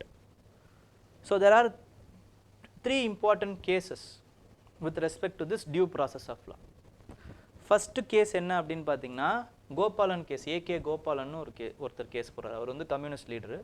அவர் என்ன பண்ணுறாரு அப்படின்னு பார்த்தீங்கன்னா, you have to follow the due process of law அப்படின்ற மாதிரி கேஸ் போடுறாரு. எப்போ கான்ஸ்டிடியூஷன் வந்ததுக்கு அப்புறமாவே இது நடக்குது. அப்போ சுப்ரீம் கோர்ட் என்ன பண்ணுறாங்கன்னா, நேரோ இன்டர்பிரிட்டேஷன் பண்ணுறாங்க. நேரோ இன்டர்பிரிட்டேஷன் பண்ணி என்ன சொல்கிறாங்கன்னா, it is only paste on த இது ப்ரொசீஜரல் எஸ்டாப்ளிஷ் பை லா அப்படின்னு கோபாலன் கேஸில் வந்து முடிவு பண்ணிடுறாங்க. பட் ஆர்சி கூப்பர் கேஸ்னு ஒன்று வருது. அதுலேயுமே வந்து என்ன பண்ணுறாங்க அப்படின்னு பார்த்தீங்கன்னா, ஆர்சி கூப்பர் கேஸில் நியர் டியூ ப்ராசஸ் ஆஃப் லாவுக்கு கொண்டு வராங்க. அதாவது article 14, article 19, article 21, all these articles are connected with each other. You cannot take away one article in regarding to other. ஓகேங்களா? அப்போ ஒரு விஷயத்தை நீங்கள் பண்ணும் பொழுது regarding this article you have to follow the equality principle, you have to follow the freedom principle. ஓகேங்களா? it should be checked. ஓகேங்களா? இது எல்லாமே இன்டர் கனெக்டட்னு ஆர்சி கூப்பர் கேஸில் சொல்கிறாங்க.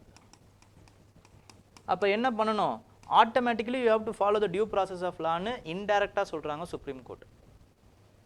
நெக்ஸ்ட் மேனகா காந்தி கேஸ்னு ஒரு கேஸ் வருது. மேனகா காந்தி கேஸ்,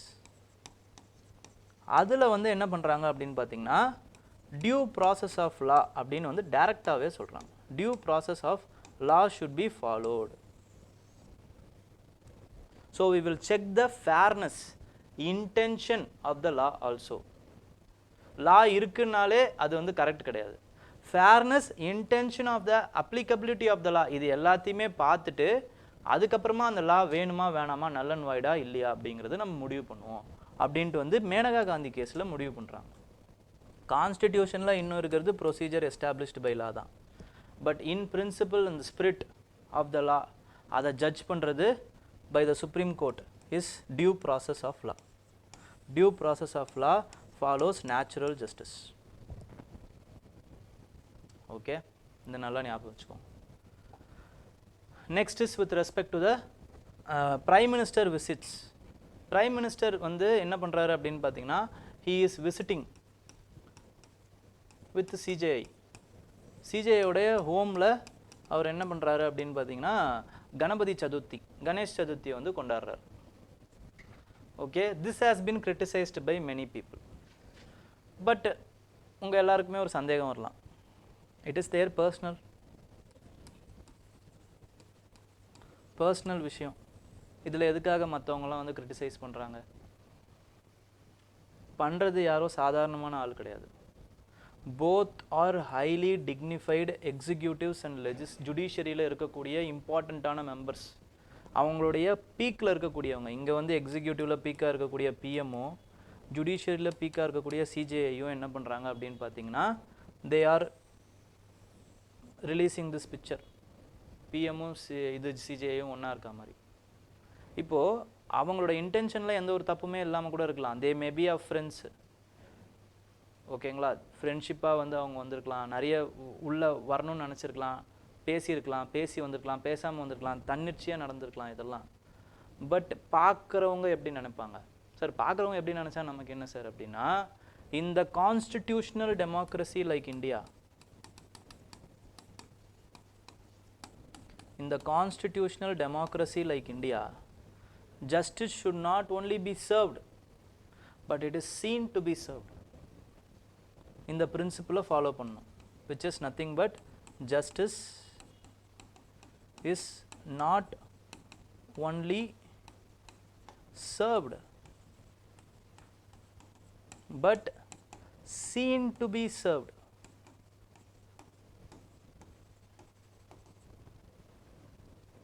அப்போ சிஜேஐ இப்படி பண்ணுறாங்க, சிஜேஐ இந்த மாதிரி ஒரு முடிவு எடுத்திருக்காங்க, இந்த மாதிரி தீர்ப்பு கொடுத்துருக்காங்கன்னு நம்ம ஏன் படிக்கிறோம் அப்படின்னா, that will bring confidence on judiciary. So it is to be seen to be served. அப்போ தான் பொதுமக்களுக்கு நம்ம ஏதாவது ஒரு பிரச்சனை அப்படின்னா நம்மளோட ஜுடிஷியரி கிட்ட போகலாம் அப்படிங்கிற அந்த ஒரு விஷயத்துக்கு கொண்டு வருவாங்க.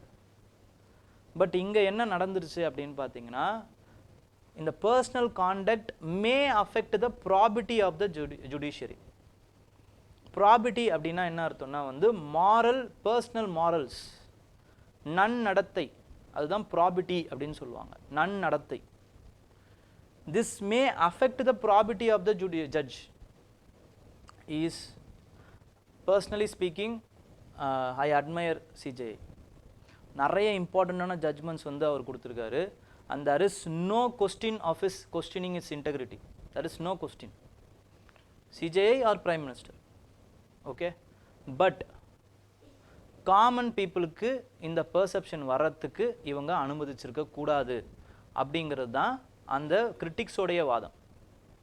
ஏன்னா நாளைக்கே ஒரு தீர்ப்பு வருதுங்க, நாளைக்கே ஒரு கேஸில் CJI is giving the judgement in favour of the government. What they will do, they will get this poster. அதுவும் இந்த era of disinformation, fake news, இந்த மாதிரியான எராவில் இவங்க என்ன பண்ணலான்னா அசால்ட்டாக இதை லிங்க் பண்ண முடியும்.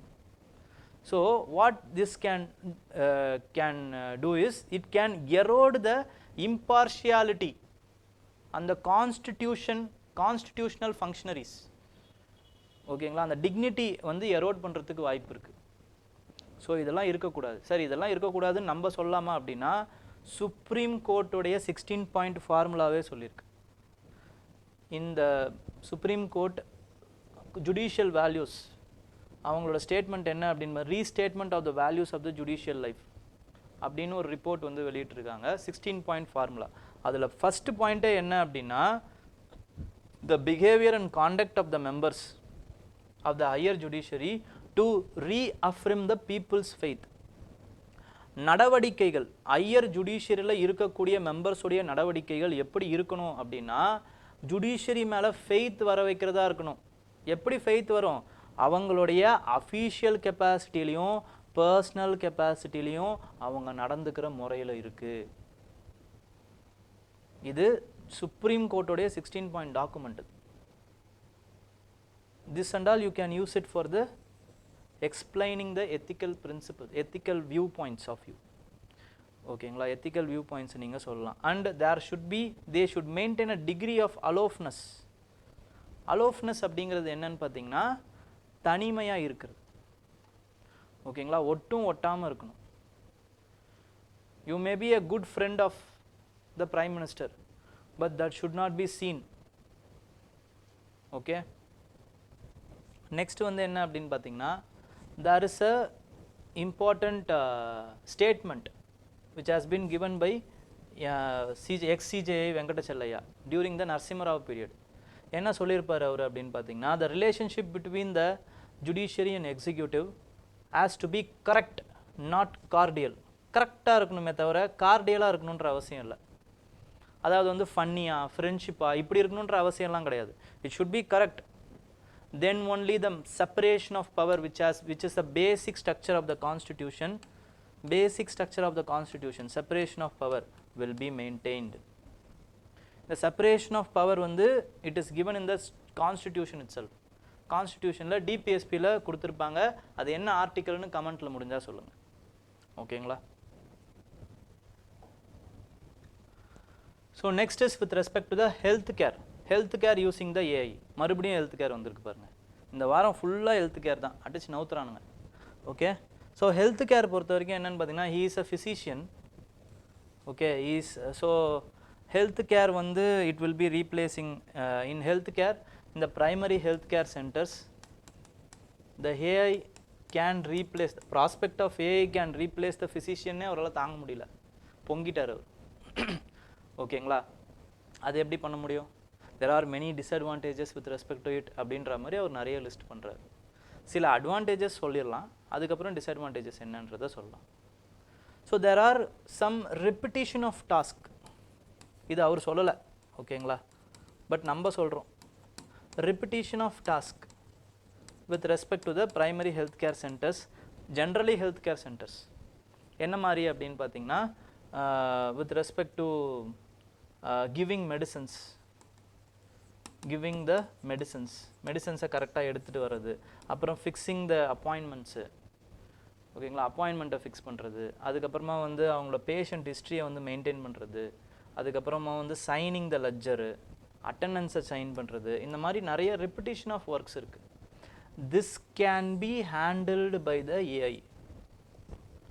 மற்றபடி ஏஐயை வந்து கொண்டு வர்றதுல ஏஐயும் இன்னும் மெச்சூர் ஆகலை, இந்தியன் பீப்புளும் மெச்சூர் ஆகலை, இந்தியன் லீகல் சிஸ்டமும் இன்னும் மெச்சூர் ஆகலை. அப்போது டைரெக்டாக வந்து ஏஐயை வந்து நீங்கள் கொண்டு வர்றது இட் இஸ் நாட் அட்வைசரி அப்படிங்கிறது தான் இவரோட எண்ணம். அப்படி என்ன இந்தியன் பீப்புள் ஏஐ என்ன மெச்சூர் ஆகலை அப்படின்னு பார்த்தீங்கன்னா, இப்போ ஒரு ஹாஸ்பிட்டலில் போகிறீங்க அப்படின்னா it is not about the patient and doctor relationship, ஓகேங்களா, it is about the basic patient centric relationship. patient centric, the patient centric relationship la there is a involvement of the component called as empathy.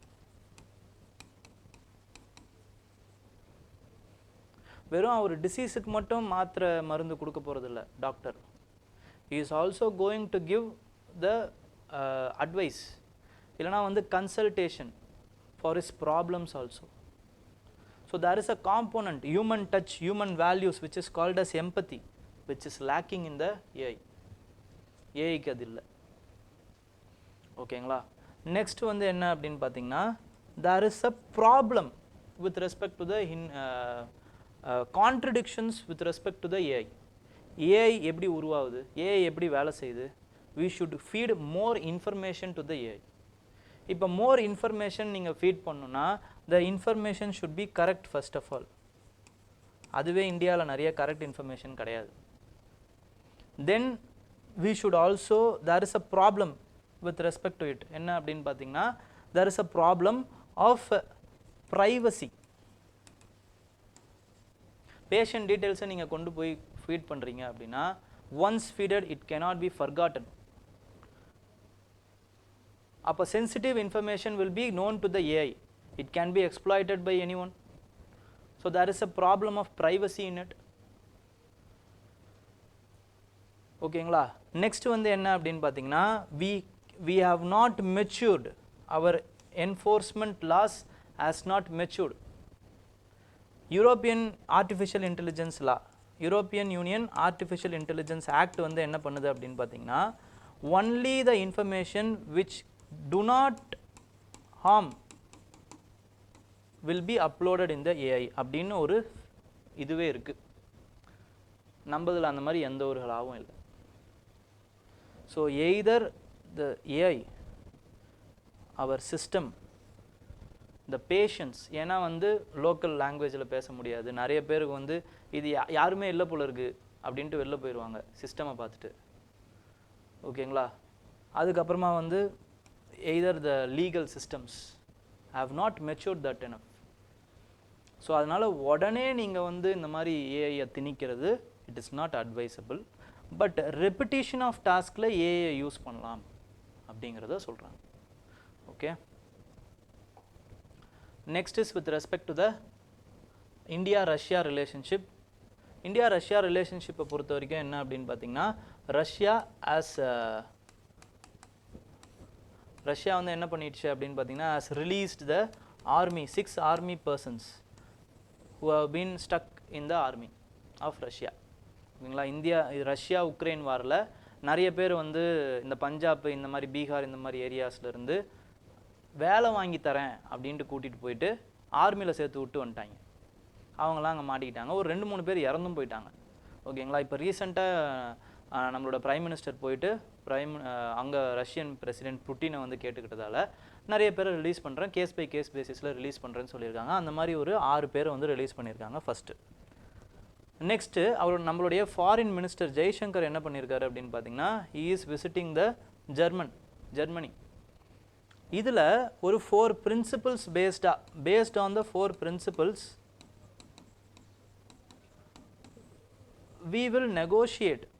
we can negotiate with the Russia and Ukraine அப்படிங்கிற மாதிரி சொல்லியிருக்காரு. Russia and உக்ரைனுக்கு we can negotiate based on 4 principles. அது என்ன 4 principal? இதை வச்சு தான் அஜித் தோவல் இருக்கார் பார்த்தீங்களா, அவருமே வந்து என்ன பண்ணுறாரு அப்படின்னு பார்த்தீங்கன்னா, he is going and visiting the Russian premier and Russian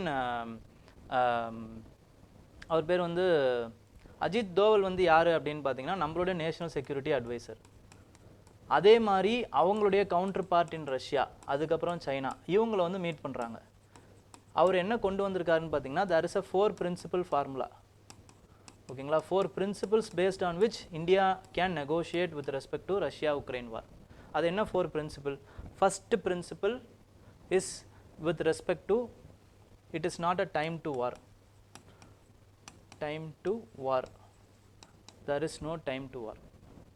We should have peace. We should have peace. We should have peace. இது வந்து செகண்ட் பிரின்சிபல். தேர்ட் பிரின்சிபல் என்னன்னு பார்த்தீங்கன்னா, both Ukraine and Russia should be on the negotiating table. ஓகேங்களா. இப்போ ரீசெண்டாக நடந்த அந்த Swiss piece deal, அதில் பொறுத்த வரைக்கும் இந்தியாஸ் ரிஜெக்டட் திஸ் டீல். ஏன்னா ரஷ்யா வந்து it is not a partner, அதுக்கு வந்து நெகோஷியேட்டராக இல்லை ரஷ்யா. இவங்களா உக்ரைனா வந்து நிறைய வெஸ்டர்ன் கண்ட்ரிஸும் இவங்களே உட்காந்து பேசி இவங்களே ஒரு முடிவு பண்ணி இதுதான் பீஸ் டீல்னு சொல்லி அதை ரஷ்யாவை ஏற்றுக்க வைக்கிறாங்க. அது வேலைக்காகாது. Russia won't do it. Any country won't do it. So there should be an involvement of Russia and Ukraine in the negotiating table. Another important principle which is followed by India. Fourth is India is following an independent policy and will both be a communicator, ஓகேங்களா, to the 2 nations. 2 nation கிட்டையும் நாங்கள் வந்து ஒரு ரிலேஷன்ஷிப்பில் இருப்போம். இந்த 4 principal. இந்த 4 பிரின்சிபலை கொண்டு போய் அஜித் தோவல் வந்து ரஷ்யன் கவுண்டர் பார்ட்கிட்டையும் அதுக்கப்புறமா வந்து சைனீஸ் கவுண்டர் பார்ட்கிட்டையும் சொல்கிறாரு. சைனாவில் என்ன அப்படின்னு பார்த்தீங்கன்னா, அவர் வந்து இந்த LOC இருக்குது பார்த்தீங்களா, லைன் ஆஃப் ஆக்சுவல் கண்ட்ரோல், இதில் இருக்கக்கூடிய அந்த அக்ரெஷன்ஸ் இதையும் டிஸ்கஸ் பண்ணுறாரு. ஓகேங்களா. இன்னுமே வந்து என்னன்னு பார்த்தீங்கன்னா, இந்த கல்வான் வாலி தாக்குதலுக்கு அப்புறம் கல்வான் வேலியிலேருந்து வெளில போயிட்டாங்க. பட் தெம்சாக் அப்புறம் தீப்சாங் இந்த மாதிரியான வேலிஸ்லலாம் இன்னுமே வந்து சைனீஸோட அக்ரெஷன் இன்னும் இருக்குது. ஸோ அதை பற்றியும் பேச போயிருக்காரு. ஓகே, இப்போ நம்ம இதுக்கு வந்துடுவோம். இங்கே பார்த்தீங்க அப்படின்னா வந்து it is with respect to Germany. ஜெர்மனியில் பொறுத்த வரைக்கும் ஜெர்மனிக்கு எதுக்கு போயிருக்காரு? we have a strong relationship with Germany with respect to இது அது பேர் என்னது, எக்கனாமிக் ரிலேஷன்ஷிப்பாக இருக்கட்டும், இல்லைனா வந்து பீப்புள் டு பீப்புள் டைஸாக இருக்கட்டும்.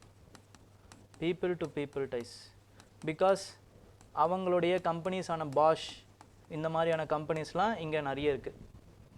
ஓகேங்களா, German companies. People to people ரிலேஷன்ஷிப்லேயும் கிட்டத்தட்ட வந்து 1,25,000 இந்தியன்ஸ் வந்து அங்கே இருக்காங்க ஜெர்மனியில். அதில் கிட்டத்தட்ட 50,000 ஸ்டூடெண்ட்ஸ் இருக்காங்க, படிச்சுட்டு இருக்காங்க. So people to people relationship is also good. But where the energy or synergy is lacking அப்படின்னு பார்த்தீங்கன்னா, it is with respect to the military and strategic area. Military and strategic area. ஏன் sir அப்படின்னா,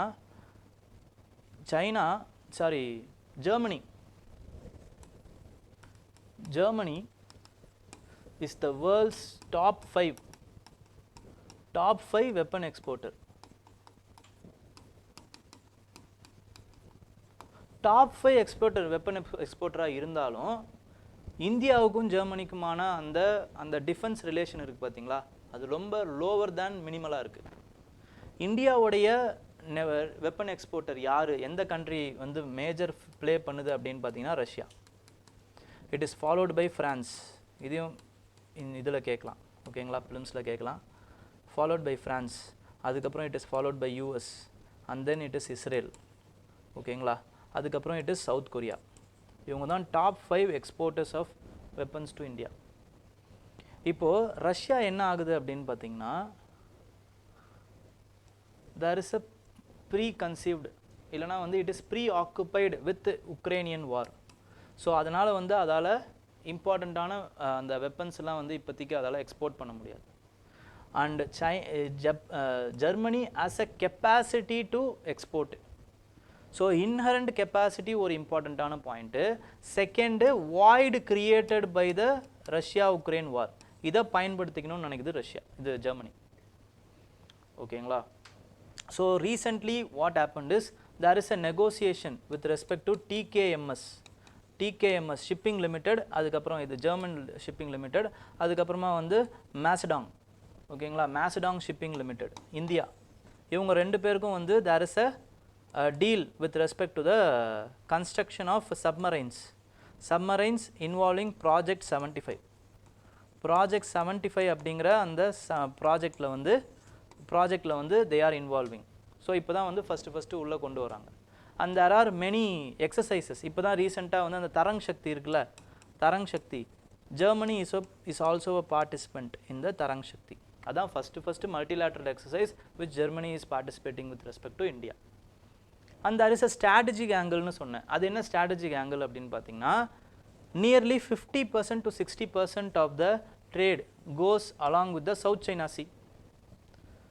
And in South China Sea, it is the aggression of the China is not liked by the Western countries. Aggression of the China. So அந்த aggression of the Chinese வந்து இது பண்ணணும் அப்படின்னா we have to have relationship with respect to India. ஓகேங்களா, அது இன்னொரு strategic angle. Okay, because China is flaunting the rules based order. Rules based order மதிக்கிறது இல்லை. யூஎன் கிளாஸ் ஏதாவது சொன்னாலும் அதையும் மதிக்கிறது இல்லை. They are building artificial islands and they are also having installing military capacities. Militarise பண்ணுறாங்க, சவுத் சைனா சீயை மிலிட்ரைஸ் பண்ணுறாங்க. Rules paste ஆர்டரில் இது பண்ண மாட்டாங்க. They are blocking the sea line of communications. பிலிப்பைன்ஸில் என்ன ஆகுது அப்படிங்கிறது நமக்கே தெரியும். They are aggressively hitting the Philippines ship. அது தெரியாமல் பண்ணுறேன்றாங்க, அப்புறம் ஹிட் பண்ணிட்டு, ஓகேங்களா. இந்த மாதிரி நிறைய ப்ராப்ளம்ஸ் ஓடிட்டு இருக்கு. So to keep the Chinese in their place we have to have these kinds of strategic partnership. Okay, next is with respect to cholera. காலராவை பொறுத்த வரைக்கும் என்ன அப்படின்னு பார்த்தீங்கன்னா, it is a diarrhoeal infection. Cholera is a diarrhoeal infection, ஓகேங்களா. இது எதனால் வருது அப்படின்னு பார்த்தீங்கன்னா, it is created because of the bacterium. இது வந்து ஒரு பாக்டீரியம் டிசீஸ், நல்லா ஞாபகம் வச்சுக்கோங்க. It is a bacterium disease. அதுக்கப்புறமா வந்து கண்டாமினேட்டட் ஃபுட்டோ வாட்டரோ நீங்கள் உட்கொள்றதுனால வரக்கூடிய விஷயம்தான் இந்த காலரா. ஸோ கண்டாமினேட்டட் அப்படிங்கிறதுனால this disease is also called as disease of poverty. Disease of poverty, அதாவது வந்து எந்த இடத்துல சானிடேஷன் ஒழுங்காக இல்லையோ அங்கே இந்த டிசீஸ் வந்து அஃபெக்ட் ஆகும். So because of it is called as disease of poverty. இது வந்து ஈஸியாக நம்மளால் வந்து சரி பண்ண முடியும். ஓஆர்எஸ் சொல்யூஷன் கொடுத்தாலே சரி பண்ணிடலாம். சில எக்ஸ்ட்ரீம் சுச்சுவேஷன்ஸில் வந்து என்ன பண்ணணும் அப்படின்னு பார்த்தீங்கன்னா, இன்ட்ரவெனஸ் ஃப்ளூயிட் அப்புறம் ஆன்டிபயோட்டிக்ஸ் இதெல்லாம் கொடுப்பாங்க. மற்றபடி வந்து நம்ம சேஃபாக இருந்தாலே போதும். அதாவது வந்து சேஃப், அந்த க்ளீன் வாட்டர், அதுக்கப்புறமா வந்து சானிடேஷன் வசதிகள், ஓப்பன் டிஃபிகேஷன் இல்லாமல் வந்து உள்ளே வந்து இது பண்ணுறது, டாய்லெட்டில் அந்த இது பண்ணுறது, அந்த மாதிரி பண்ணாலே எல்லாமே சரியாயிடும், ஓகேங்களா. Because of that only this is called as disease of poor. And it is aggravated because of the conflict, unplanned urbanisation and climate change. எல்லாத்துக்குமே இந்த கிளைமேட் சேஞ்சை கொண்டு வரலாம். ஓகே, நெக்ஸ்ட் வந்து யூனியன் கேபினெட் என்ன பண்ணுறாங்க அப்படின்னு பார்த்தீங்கன்னா, they have approved the health cover for all aged 70. So அந்த ஜன் ஆரோக்கிய அதாவது வந்து ஆயுஷ்மான் பாரத் அப்படிங்கிற அந்த ஃப்ளாக்ஷிப் ப்ரோக்ராமை கவர்மெண்ட் வந்து லான்ச் பண்ணுறாங்க இன் 2018 லான்ச் பண்ணுறாங்க paste on the policy national health policy which is recommending to universalize the health coverage. ஓகேங்களா, universalize the health coverage. So Ayushman பாரத்தில் வந்து 2 இம்பார்ட்டன்ட் காம்பனண்ட் இருக்குது, which is health and wellness சென்டர்ஸை வந்து உருவாக்குறது, அதுக்கப்புறமா வந்து பிரதான் மந்திரி ஜன் ஆரோக்கிய யோஜனாவை உருவாக்குறது, which is the world's largest insurance program, which is giving insurance for 5 lakhs, nearly 5 lakhs for family per year. ஓகேங்களா, ஜன் ஆரோக்கிய யோஜனா. இப்போ என்ன பண்ணியிருக்காங்கன்னா, they have received a top up of another 5 lakhs for senior citizens per year. இது யாருக்கு அப்படின்னு பார்த்தீங்கன்னா, when this இந்த ஜன் ஆரோக்கிய யோஜனாவில் இருக்கக்கூடிய பிபிஎல் ஃபேமிலிஸ்க்கு, பிலோ பாவர்ட்டி லைன் ஃபேமிலிக்கு, அதில் 70 வயசுக்கு மேலே யார் இருக்காங்களோ அவங்களுக்கு எக்ஸ்ட்ரா ஒரு 5 லட்சம் கொடுத்துருக்காங்க. மற்றவங்களுக்கு வந்து அந்த 70 வயசுக்காரங்களையும் சேர்த்துருக்காங்க. ஓகேங்களா, பிபிஎல் ஃபேமிலி மெம்பர்ஸுக்கு மட்டும் அப்போ இப்போ எஃபெக்டிவாக வந்து இப்போ 70 வயசுக்கு மேலே யாராவது இருக்காங்கன்னா அப்போ 10 லட்ச ரூபா கவரேஜ்னு அர்த்தம் எஃபெக்டிவாக பிபிஎல் ஃபேமிலிக்கு. மற்றபடி 70 வயசுக்காரங்களையும் அந்த இன்சூரன்ஸ்குள்ளே சேர்த்துருக்காங்க. ஏன்னா இதுக்கு முன்னாடிலாம் வந்து 65 வயசு 70 வயசு ஆச்சுன்னா they are not eligible for the insurance. இப்போ they have also added them. Next, இப்போ ஆல்ரெடி வந்து இன்சூரன்ஸ் பேக்கேஜ் இருக்கும் பார்த்தீங்களா, for example central government employees, அவங்களுக்கு சாய்ஸ் கொடுக்குறாங்க. ஒன்று ஜன் ஆரோக்கிய யோஜனாவுக்கு போகலாம், இல்லைனா அவங்களோட எக்ஸிஸ்டிங் இன்சூரன்ஸ் பேக்கேஜில் நீங்கள் இருக்கலாம் அப்படின்ட்டு. ஓகேங்களா, for example the government health scheme, இந்த சென்ட்ரல் கவர்மெண்ட் எம்ப்ளாயீஸ் இருக்காங்க பார்த்தீங்களா அவங்களுக்கு, அப்புறம் வந்து contributory health scheme, Ayushman, central armed police forces, இந்த மாதிரி வந்து நிறைய இன்சூரன்ஸ் கவரேஜ் இருக்குது. So center is giving them a choice. Okay, next is with respect to the biodecomposer. In the areas near Delhi, Punjab, Haryana, இந்த ஏரியாலாம், பஞ்சாப், ஹரியானா, இந்த areas எல்லாம் என்ன ஆகும் அப்படின்னு பார்த்தீங்கன்னா, இந்த மான்சூன் சீசன் அப்போ வந்து வீட் போட்டிருப்பாங்க. வீட் இப்போ வந்து அது வந்து ஹார்வெஸ்ட் சீசனுக்கு நெருங்கியிருக்கும், ஹார்வெஸ்ட். ஸோ என்ன பண்ணுவாங்கன்னா, தே வுட் ஹவ் ஹார்வெஸ்டட் த வீட். கீழே வந்து கொஞ்சம் மிச்சம் இருக்கும் பார்த்தீங்களா, இதுக்கு பேர் என்ன சொல்லுவாங்கன்னா லேண்டில், இதுக்கு பேர் வந்து ஸ்டபுள் அப்படின்னு சொல்லுவாங்க. சக்கை இல்லைனா புல். ஓகேங்களா, ஸ்டபுள் இது அங்கேயே தான் இருக்கும். இதை என்ன பண்ணணும் அப்படின்னா வந்து நெக்ஸ்ட் ஹார்வெஸ்ட்டுக்குள்ளே எடுக்கணும், எடுத்துகிட்டு லேண்டை கிளியர் பண்ணணும். ஸோ எடுக்கிறதுக்கு அவங்களுக்கு டைம் இருக்காது, lack of time first reason, lack of time. Second வந்து என்னன்னு பார்த்தீங்கன்னா, இதை எடுக்கிறதுக்கு லேபர் தேவை, ஸோ எக்ஸ்ட்ரா காஸ்ட்.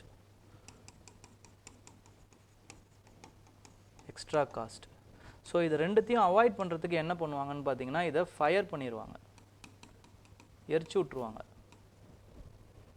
இப்போ இது எரியும் போது என்ன ஆகுது அப்படின்னு பார்த்தீங்கன்னா, பிகாஸ் இந்த சீசன்லேயும் வந்து ரொம்ப காற்றோட்டம் நிறைய இருக்காது.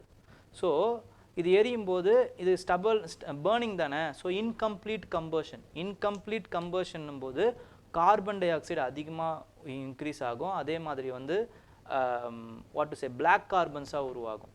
So it will increase the pollution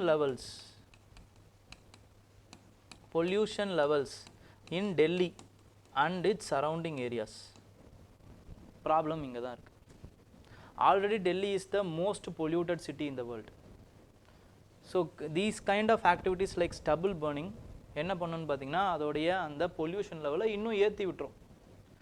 so இதை கம்மி பண்ணுறதுக்கு என்ன பண்ணுறாங்க அப்படின்னு பார்த்தீங்கன்னா, Indian agriculture research institute has came up with a solution which is called as biodecomposer. Microbes இருக்கக்கூடிய ஒரு லிக்விடை வந்து தயாரிச்சிருக்காங்க. when they spray on to the stubbles, சீக்கிரமாக கொஞ்சம் நாட்கள்லேயே என்ன ஆகும் அப்படின்னு பார்த்தீங்கன்னா, it will decompose those stubbles. நீங்கள் ரிமூவ் பண்ண வேண்டிய அவசியம் கிடையாது. ஓகேங்களா, இந்த சொல்யூஷன்ஸை கொண்டு வந்திருக்காங்க, these kinds of spray. okay. Next is with respect to the developed border areas act as deterrents to the advisories claims. So border areas ன்னு பொறுத்த வரைக்கும் we need some important informations. ஓகேங்களா, ஃபர்ஸ்ட் என்ன அப்படின்னு பார்த்தீங்கன்னா, the border ஏரியால இருக்கக்கூடிய villages, border areasல இருக்கக்கூடிய villages we have to be very very carefully maintain them. இப்போ மெயின்டைன் பண்ணல, if there is a lack of infrastructure இல்லை, digital connectivity இல்லை, வேலை வாய்ப்பு இல்லை, livelihood opportunity இல்லை அப்படின்னா என்ன ஆகும்னு பார்த்தீங்கன்னா, these people will migrate to the inlandக்கு அவங்க மைக்ரேட் ஆகிடுவாங்க. அப்படி ஆகுறாங்க அப்படின்னா this will become ghost villages இல்லைனா வந்து left villages-ஆவே இருக்காது. So it can be easily claimed by the rival party. அவங்களுடைய மெம்பர்ஸ் வந்து அங்கே கொண்டு வந்து வச்சு அவங்க என்ன பண்ணலான்னா, இது எங்களோட இடம்னு வந்து அவங்களால ஈஸியாக பிளபிசைடு மாதிரியான ஃபியூச்சரில் பிளபிசைடு மாதிரி ஏதாவது வந்ததுன்னா அவங்களுக்கு சாதகமாக அவங்க ஓட்டு வாங்கிடலாம். ஃபஸ்ட்டு விஷயம். செகண்ட் என்ன அப்படின்னு பார்த்தீங்கன்னா, there is a security angle with respect to it. Security angle. These kinds of people only will act as a eyes and ears of the government. அங்கே ஏதாவது வந்து சஸ்பெக்ட்ஃபுல் நடமாட்டங்கள் ஏதாவது இருக்குது அப்படின்னா இவங்க தான் வந்து அதை அந்த அத்தாரிட்டிஸுக்கு சொல்லணும். ஓகேங்களா, they will act as a first level of defense. அது வந்து அப்புறம் இல்லாமல் போயிடும் அங்கே அவங்க வந்து அபாண்டன் பண்ணிட்டாங்க அப்படின்னா. Next, if there is no progress, there is no connectivity அப்படின்னா there will be a resentment against the government. The youth of that land will have a resentment, ஒரு கோபம் இருக்கும் அவங்களுக்கு. இந்த கோபத்தை it can be harnessed by the anti-social elements. தீவிரவாதிகளோ டெரரிஸ்டோ இல்லைனா வந்து drug வந்து இது பண்ணுறாங்க பார்த்தீங்களா, அவங்களோ யூஸ் பண்ணிக்கலாம் இந்த மாதிரியான ரிசன்மெண்ட்டை. So it will also have a internal security, national security த்ரெட்டாகவும் இது முடியறதுக்கு வாய்ப்பு இருக்குது. ஸோ இதெல்லாம் மனசில் வச்சு தான் என்ன பண்ணுறாங்க அப்படின்னு பார்த்தீங்கன்னா, government of India has launched a scheme which is called as border area development programme, where they will provide infrastructure activities, livelihood activities, இதெல்லாம் பண்ணுறாங்க. இப்போ ரீசெண்டாக என்ன பண்ணுறாங்க அப்படின்னு பார்த்தீங்கன்னா, there is a concept called as vibrant village program. vibrant village programங்கிறத சைனாவில் இருக்கக்கூடிய பக்கத்தில் இருக்கக்கூடிய அந்த வில்லேஜஸில், அந்த பார்டர் ஏரியாஸ் இருக்குது பார்த்தீங்களா, அந்த வில்லேஜஸில் குறிப்பாக சைனீஸ் இதில் இருக்கக்கூடிய இதில் லான்ச் பண்ணியிருக்காங்க. 5 ஸ்டேட்டு, ஒரு 4 ஸ்டேட்டு, ஒரு யூனியன் டெரிட்டரி, ஹிமாச்சல் பிரதேஷ், உத்தரகாண்டு, அருணாச்சல் பிரதேஷ், சிக்கிம், அதுக்கப்புறமா வந்து லடாக், இங்கே வந்து லான்ச் பண்ணியிருக்காங்க. ஓகேங்களா, இங்கேயும் அதே மாதிரியே வந்து இன்ஃப்ராஸ்ட்ரக்சர் ஆக்டிவிட்டீஸ் கொடுக்குறது, அதுக்கப்புறம் லைவ்லிஹுட் ஆக்டிவிட்டீஸை என்ஷூர் பண்ணுறது, இதெல்லாம் பண்ணுறாங்க. So that they will arrest the inward flow of the migrants. அது மட்டும் இல்லாமல், அதாவது வந்து அவர் சிட்டிசன்ஸ், அது மட்டும் இல்லாமல் ரிசன்மெண்ட் இருக்காமல் பார்த்துக்கிறாங்க. Because they will act as a first line of defence. அண்ட் ராஜ்நாத் சிங் என்ன பண்ணியிருக்காருன்னா, he has also appreciated the work of border road organization because they have constructed many roads in the terrain, difficult terrainல வந்து construct பண்ணியிருக்காங்க. அதில் ரொம்ப இம்பார்ட்டண்ட்டாக 3 டனலை சொல்கிறாரு. Atal tunnel, அப்புறமா வந்து சீலா டனல், அதுக்கப்புறமா வந்து சிக்குன்லா டனல். லானாலே பாஸ்ன்னு அர்த்தம். ஓகேங்களா, இந்த அட்டல் டனல் இது எல்லாத்தையுமே வந்து பற்றி தெரிஞ்சுக்கோங்க, பிலிம்ஸில் ரொம்ப இம்பார்ட்டண்ட். எங்கே இருக்குதுன்னு மட்டும் சொல்லிடுறேன். இது வந்து ஹிமாச்சல் பிரதேஷில் இருக்குது, சிக்குன்லாவும் ஹிமாச்சல் பிரதேஷில் இருக்குது, இது சீலா வந்து அருணாச்சல் பிரதேஷில் இருக்குது. ஏன்னா எல்லாத்துக்குமே சில இம்பார்ட்டன்ஸ் இருக்குது. வேர்ல்டு லார்ஜஸ்ட்டு, ஹையஸ்ட், இந்த மாதிரி ஏதோ ஒன்று வரும். ஓகேங்களா, ஒரு வாட்டி பார்த்துருங்க, பிலிம்ஸில் கேட்குறதுக்கு நிறைய வாய்ப்புகள் இருக்குது.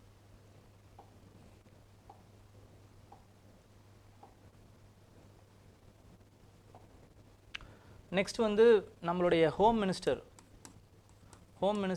Honorable Amit Shah அவர் என்ன பண்றாரு அப்படின்னு பார்த்தீங்கன்னா he has launched a cyber commandos program. Cyber commandos இவங்க என்ன பண்ணுவாங்க அப்படின்னு பார்த்தீங்கன்னா ஏதாவது வந்து security threat cyber security threat இருக்குது அப்படின்னா தே வில் ஃபைட். ஒரு கமாண்டோஸ் என்ன பண்ணுவாங்களோ அதே மாதிரி cyber commandos they are going to India is going to employ nearly 5,000 of these people. அதுக்கப்புறமா வந்து there is another important launch which is called as cyber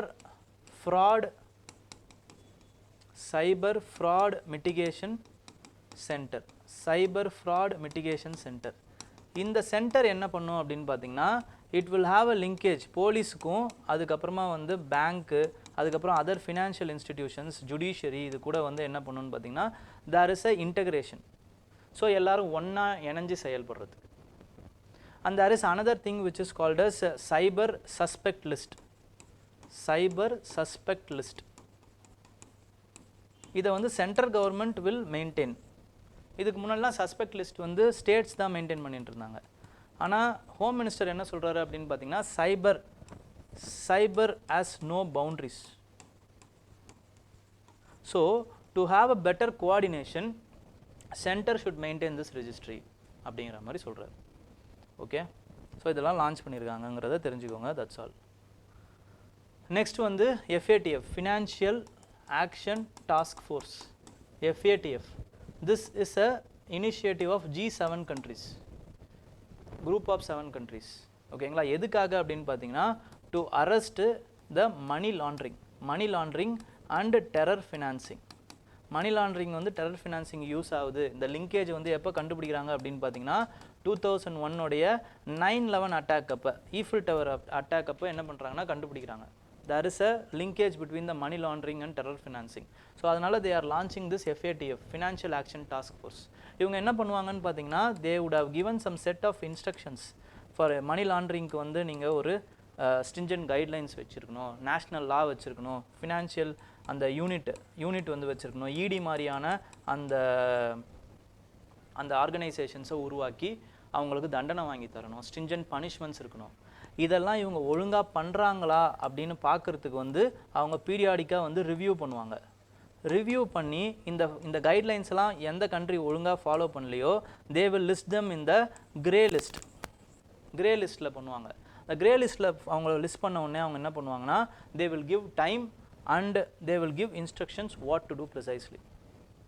if they are not following next ரிவ்யூவில் என்ன பண்ணுவாங்கன்னா they will block list that company block list that country. blacklist பண்ணிட்டாங்க அப்படின்னா there will be many economic sanctions on them. the blacklisted company என்னங்கிறத ஒரு வாட்டி நெட்டில் போய் பாருங்கள், ஃபிலிம்ஸில் கேட்குறதுக்கு வாய்ப்பு இருக்குது. ஓகேங்களா, இப்போ இதில் என்ன சொல்லியிருக்காங்கன்னு பார்த்தீங்கன்னா apart from some low conviction rate in PML Prevention of Money Laundering Act, மற்றபடி வந்து இந்தியாவுடைய அந்த எஃபர்ட் இருக்குது பார்த்தீங்களா against the money laundering, curbing of money laundering, அது வந்து இட் இஸ் அப்ரிஷியபிள் அப்படின்ட்டு வந்து they have patted the India. ஓகேங்களா, வந்து என்ன சொல்லியிருக்காங்கன்னா ரொம்ப புகழ்ந்து தள்ளியிருக்காங்க. So India has joined elite list of countries like France, Italy, Russia, அதுக்கப்புறம் United Kingdom. Okay, next is with respect to the cyber fraud case. Cyber fraud கேஸில் ரீசெண்டாக வந்து என்ன பண்ணியிருக்காங்கன்னா லாவோஸ் பேஸ்டு ஒரு கம்பெனி இருக்குங்க. அது வந்து இல்லீகலாக வந்து நிறைய இந்தியன்ஸை போய் சொல்லி ரெக்ரூட் பண்ணியிருக்கிறத இந்தியன் லா என்ஃபோர்ஸ்மெண்ட் கண்டுபிடிச்சி அந்த ரெக்ரூட் பண்ணுற ஏஜென்சியை வந்து அரெஸ்ட் பண்ணியிருக்காங்க. ஓகேங்களா, many Indians has been strand இந்த மியான்மர், கம்போடியா, லாஹோஸ். இது வந்து கோல்டன் ட்ரையாங்கிள்னு சொல்லுவாங்க. இந்த கண்ட்ரீஸில் வந்து ஸ்ட்ராண்ட் ஆகிருக்காங்க. ஸோ இவங்களை நிறைய காப்பாற்றணும். இல்லீகலாக அவங்க மாட்டியிருக்காங்க. நிறைய பேரோட பாஸ்போர்ட்டை கன்ஃபிஸ்கேட் பண்ணி ஃபோர்ஸிபிளாக அவங்கள வேலை செய்ய வச்சுக்கிட்டு இருக்காங்க. ஓகேங்களா, இதெல்லாம் வந்து தெரிய வருது இந்த இன்சிடெண்ட் மூலமாக. நெக்ஸ்ட் வந்து நம்மளுடைய ஆனரபிள் பிரைம் மினிஸ்டர் என்ன பண்ணுறாரு அப்படின்னு பார்த்தீங்கன்னா he is conducting a conference on civil aviation. Conference on civil aviation. ஓகேங்களா, with respect to Asia Pacific region. அது வந்து எங்கே நடக்குது அப்படின்னு பார்த்தீங்கன்னா இந்தியாவில் நடந்திருக்கு. இந்த கான்ஃபரன்ஸ் இந்தியாவில் நடந்ததால் இதை இந்த வருஷம் 2025 ப்ரிலிம்ஸில் கேட்குறதுக்கு வாய்ப்பு இருக்குது. ஓகேங்களா, இந்தியாவில் நடந்திருக்கு இந்த conference. It is being arranged plus India plus இது யூஎனுடைய ஸ்பெஷலைஸ்ட் ஏஜென்சியான ICAO. ஓகேங்களா, இன்டர்நேஷ்னல் சிவில் ஏவியேஷன் ஆர்கனைசேஷன் சொல்லுவாங்க. ஓகேங்களா, இந்த கான்ஃபரன்ஸில் பிரைம் மினிஸ்டர் என்ன சொல்கிறாருன்னா, சீக்கிரமாக வந்து air taxi services will be launched அப்படிங்கிற மாதிரி சொல்கிறார். ஓகே, அது நமக்கு இம்பார்ட்டண்ட். அதே மாதிரி வந்து it is concluded with respect to Delhi declaration, அது இம்பார்ட்டண்ட். அதுக்கப்புறம் ICAO பற்றி ப்ரிலிமினரியில் தெரிஞ்சுக்கிறது ரொம்ப ரொம்ப important. It is one of the specialised agency which is established in 1947. 1947 establish பண்ணியிருக்காங்க. அதோட ஹெட் குவார்ட்டர் வந்து கனடாவில் கனடாவில் இருக்குது. மான்ட்ரியல் கனடா ஹெட் குவார்ட்டர்ஸ் அங்கே தான் இருக்குது. ஸ்பெஷலைஸ்ட் ஏஜென்சியும் கூட ரொம்ப இம்பார்ட்டண்ட்டாக தெரிஞ்சுக்கோங்க. There are some functions which I have given, அதை ஒரு வாட்டி படிச்சுக்கோங்க. ஓகேங்களா, next is with respect to, இதுதான் last news. It is with respect to Mission Mausam வந்து இப்போ ரீசெண்டாக வந்து மினிஸ்ட்ரி ஆஃப் எர்த் சயின்ஸ் வந்து லான்ச் பண்ணியிருக்காங்க. மினிஸ்ட்ரி ஆஃப் எர்த்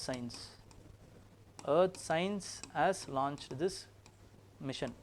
அவங்க வந்து என்ன பண்ணுறாங்கன்னு பார்த்தீங்கன்னா, to improve the research and development and capacity of the weather satellites. ஓகேங்களா, இந்த வெதர் நோயிங் சேட்டலைட்ஸ், இந்த ஃபோர்காஸ்டிங் சேட்டலைட்ஸு, அப்புறம் சர்வைலன்ஸ் மெக்கானிசம், இது எல்லாத்தையுமே வந்து இம்ப்ரூவ் பண்ணுறாங்க through installation of the better radars இந்த சேட்டலைட் சிஸ்டமை இன்ஸ்டால் பண்ணுறதன் மூலமாக இன்க்ரீஸ் பண்ண போகிறாங்க. அதுக்கு 2000 கோடி வந்து இன்வெஸ்ட் பண்ணியிருக்காங்க. அதுக்கு பேர் வந்து மிஷன் மௌசம்னு வச்சுருக்காங்க. Mission Mausam which is under Ministry of Earth Science.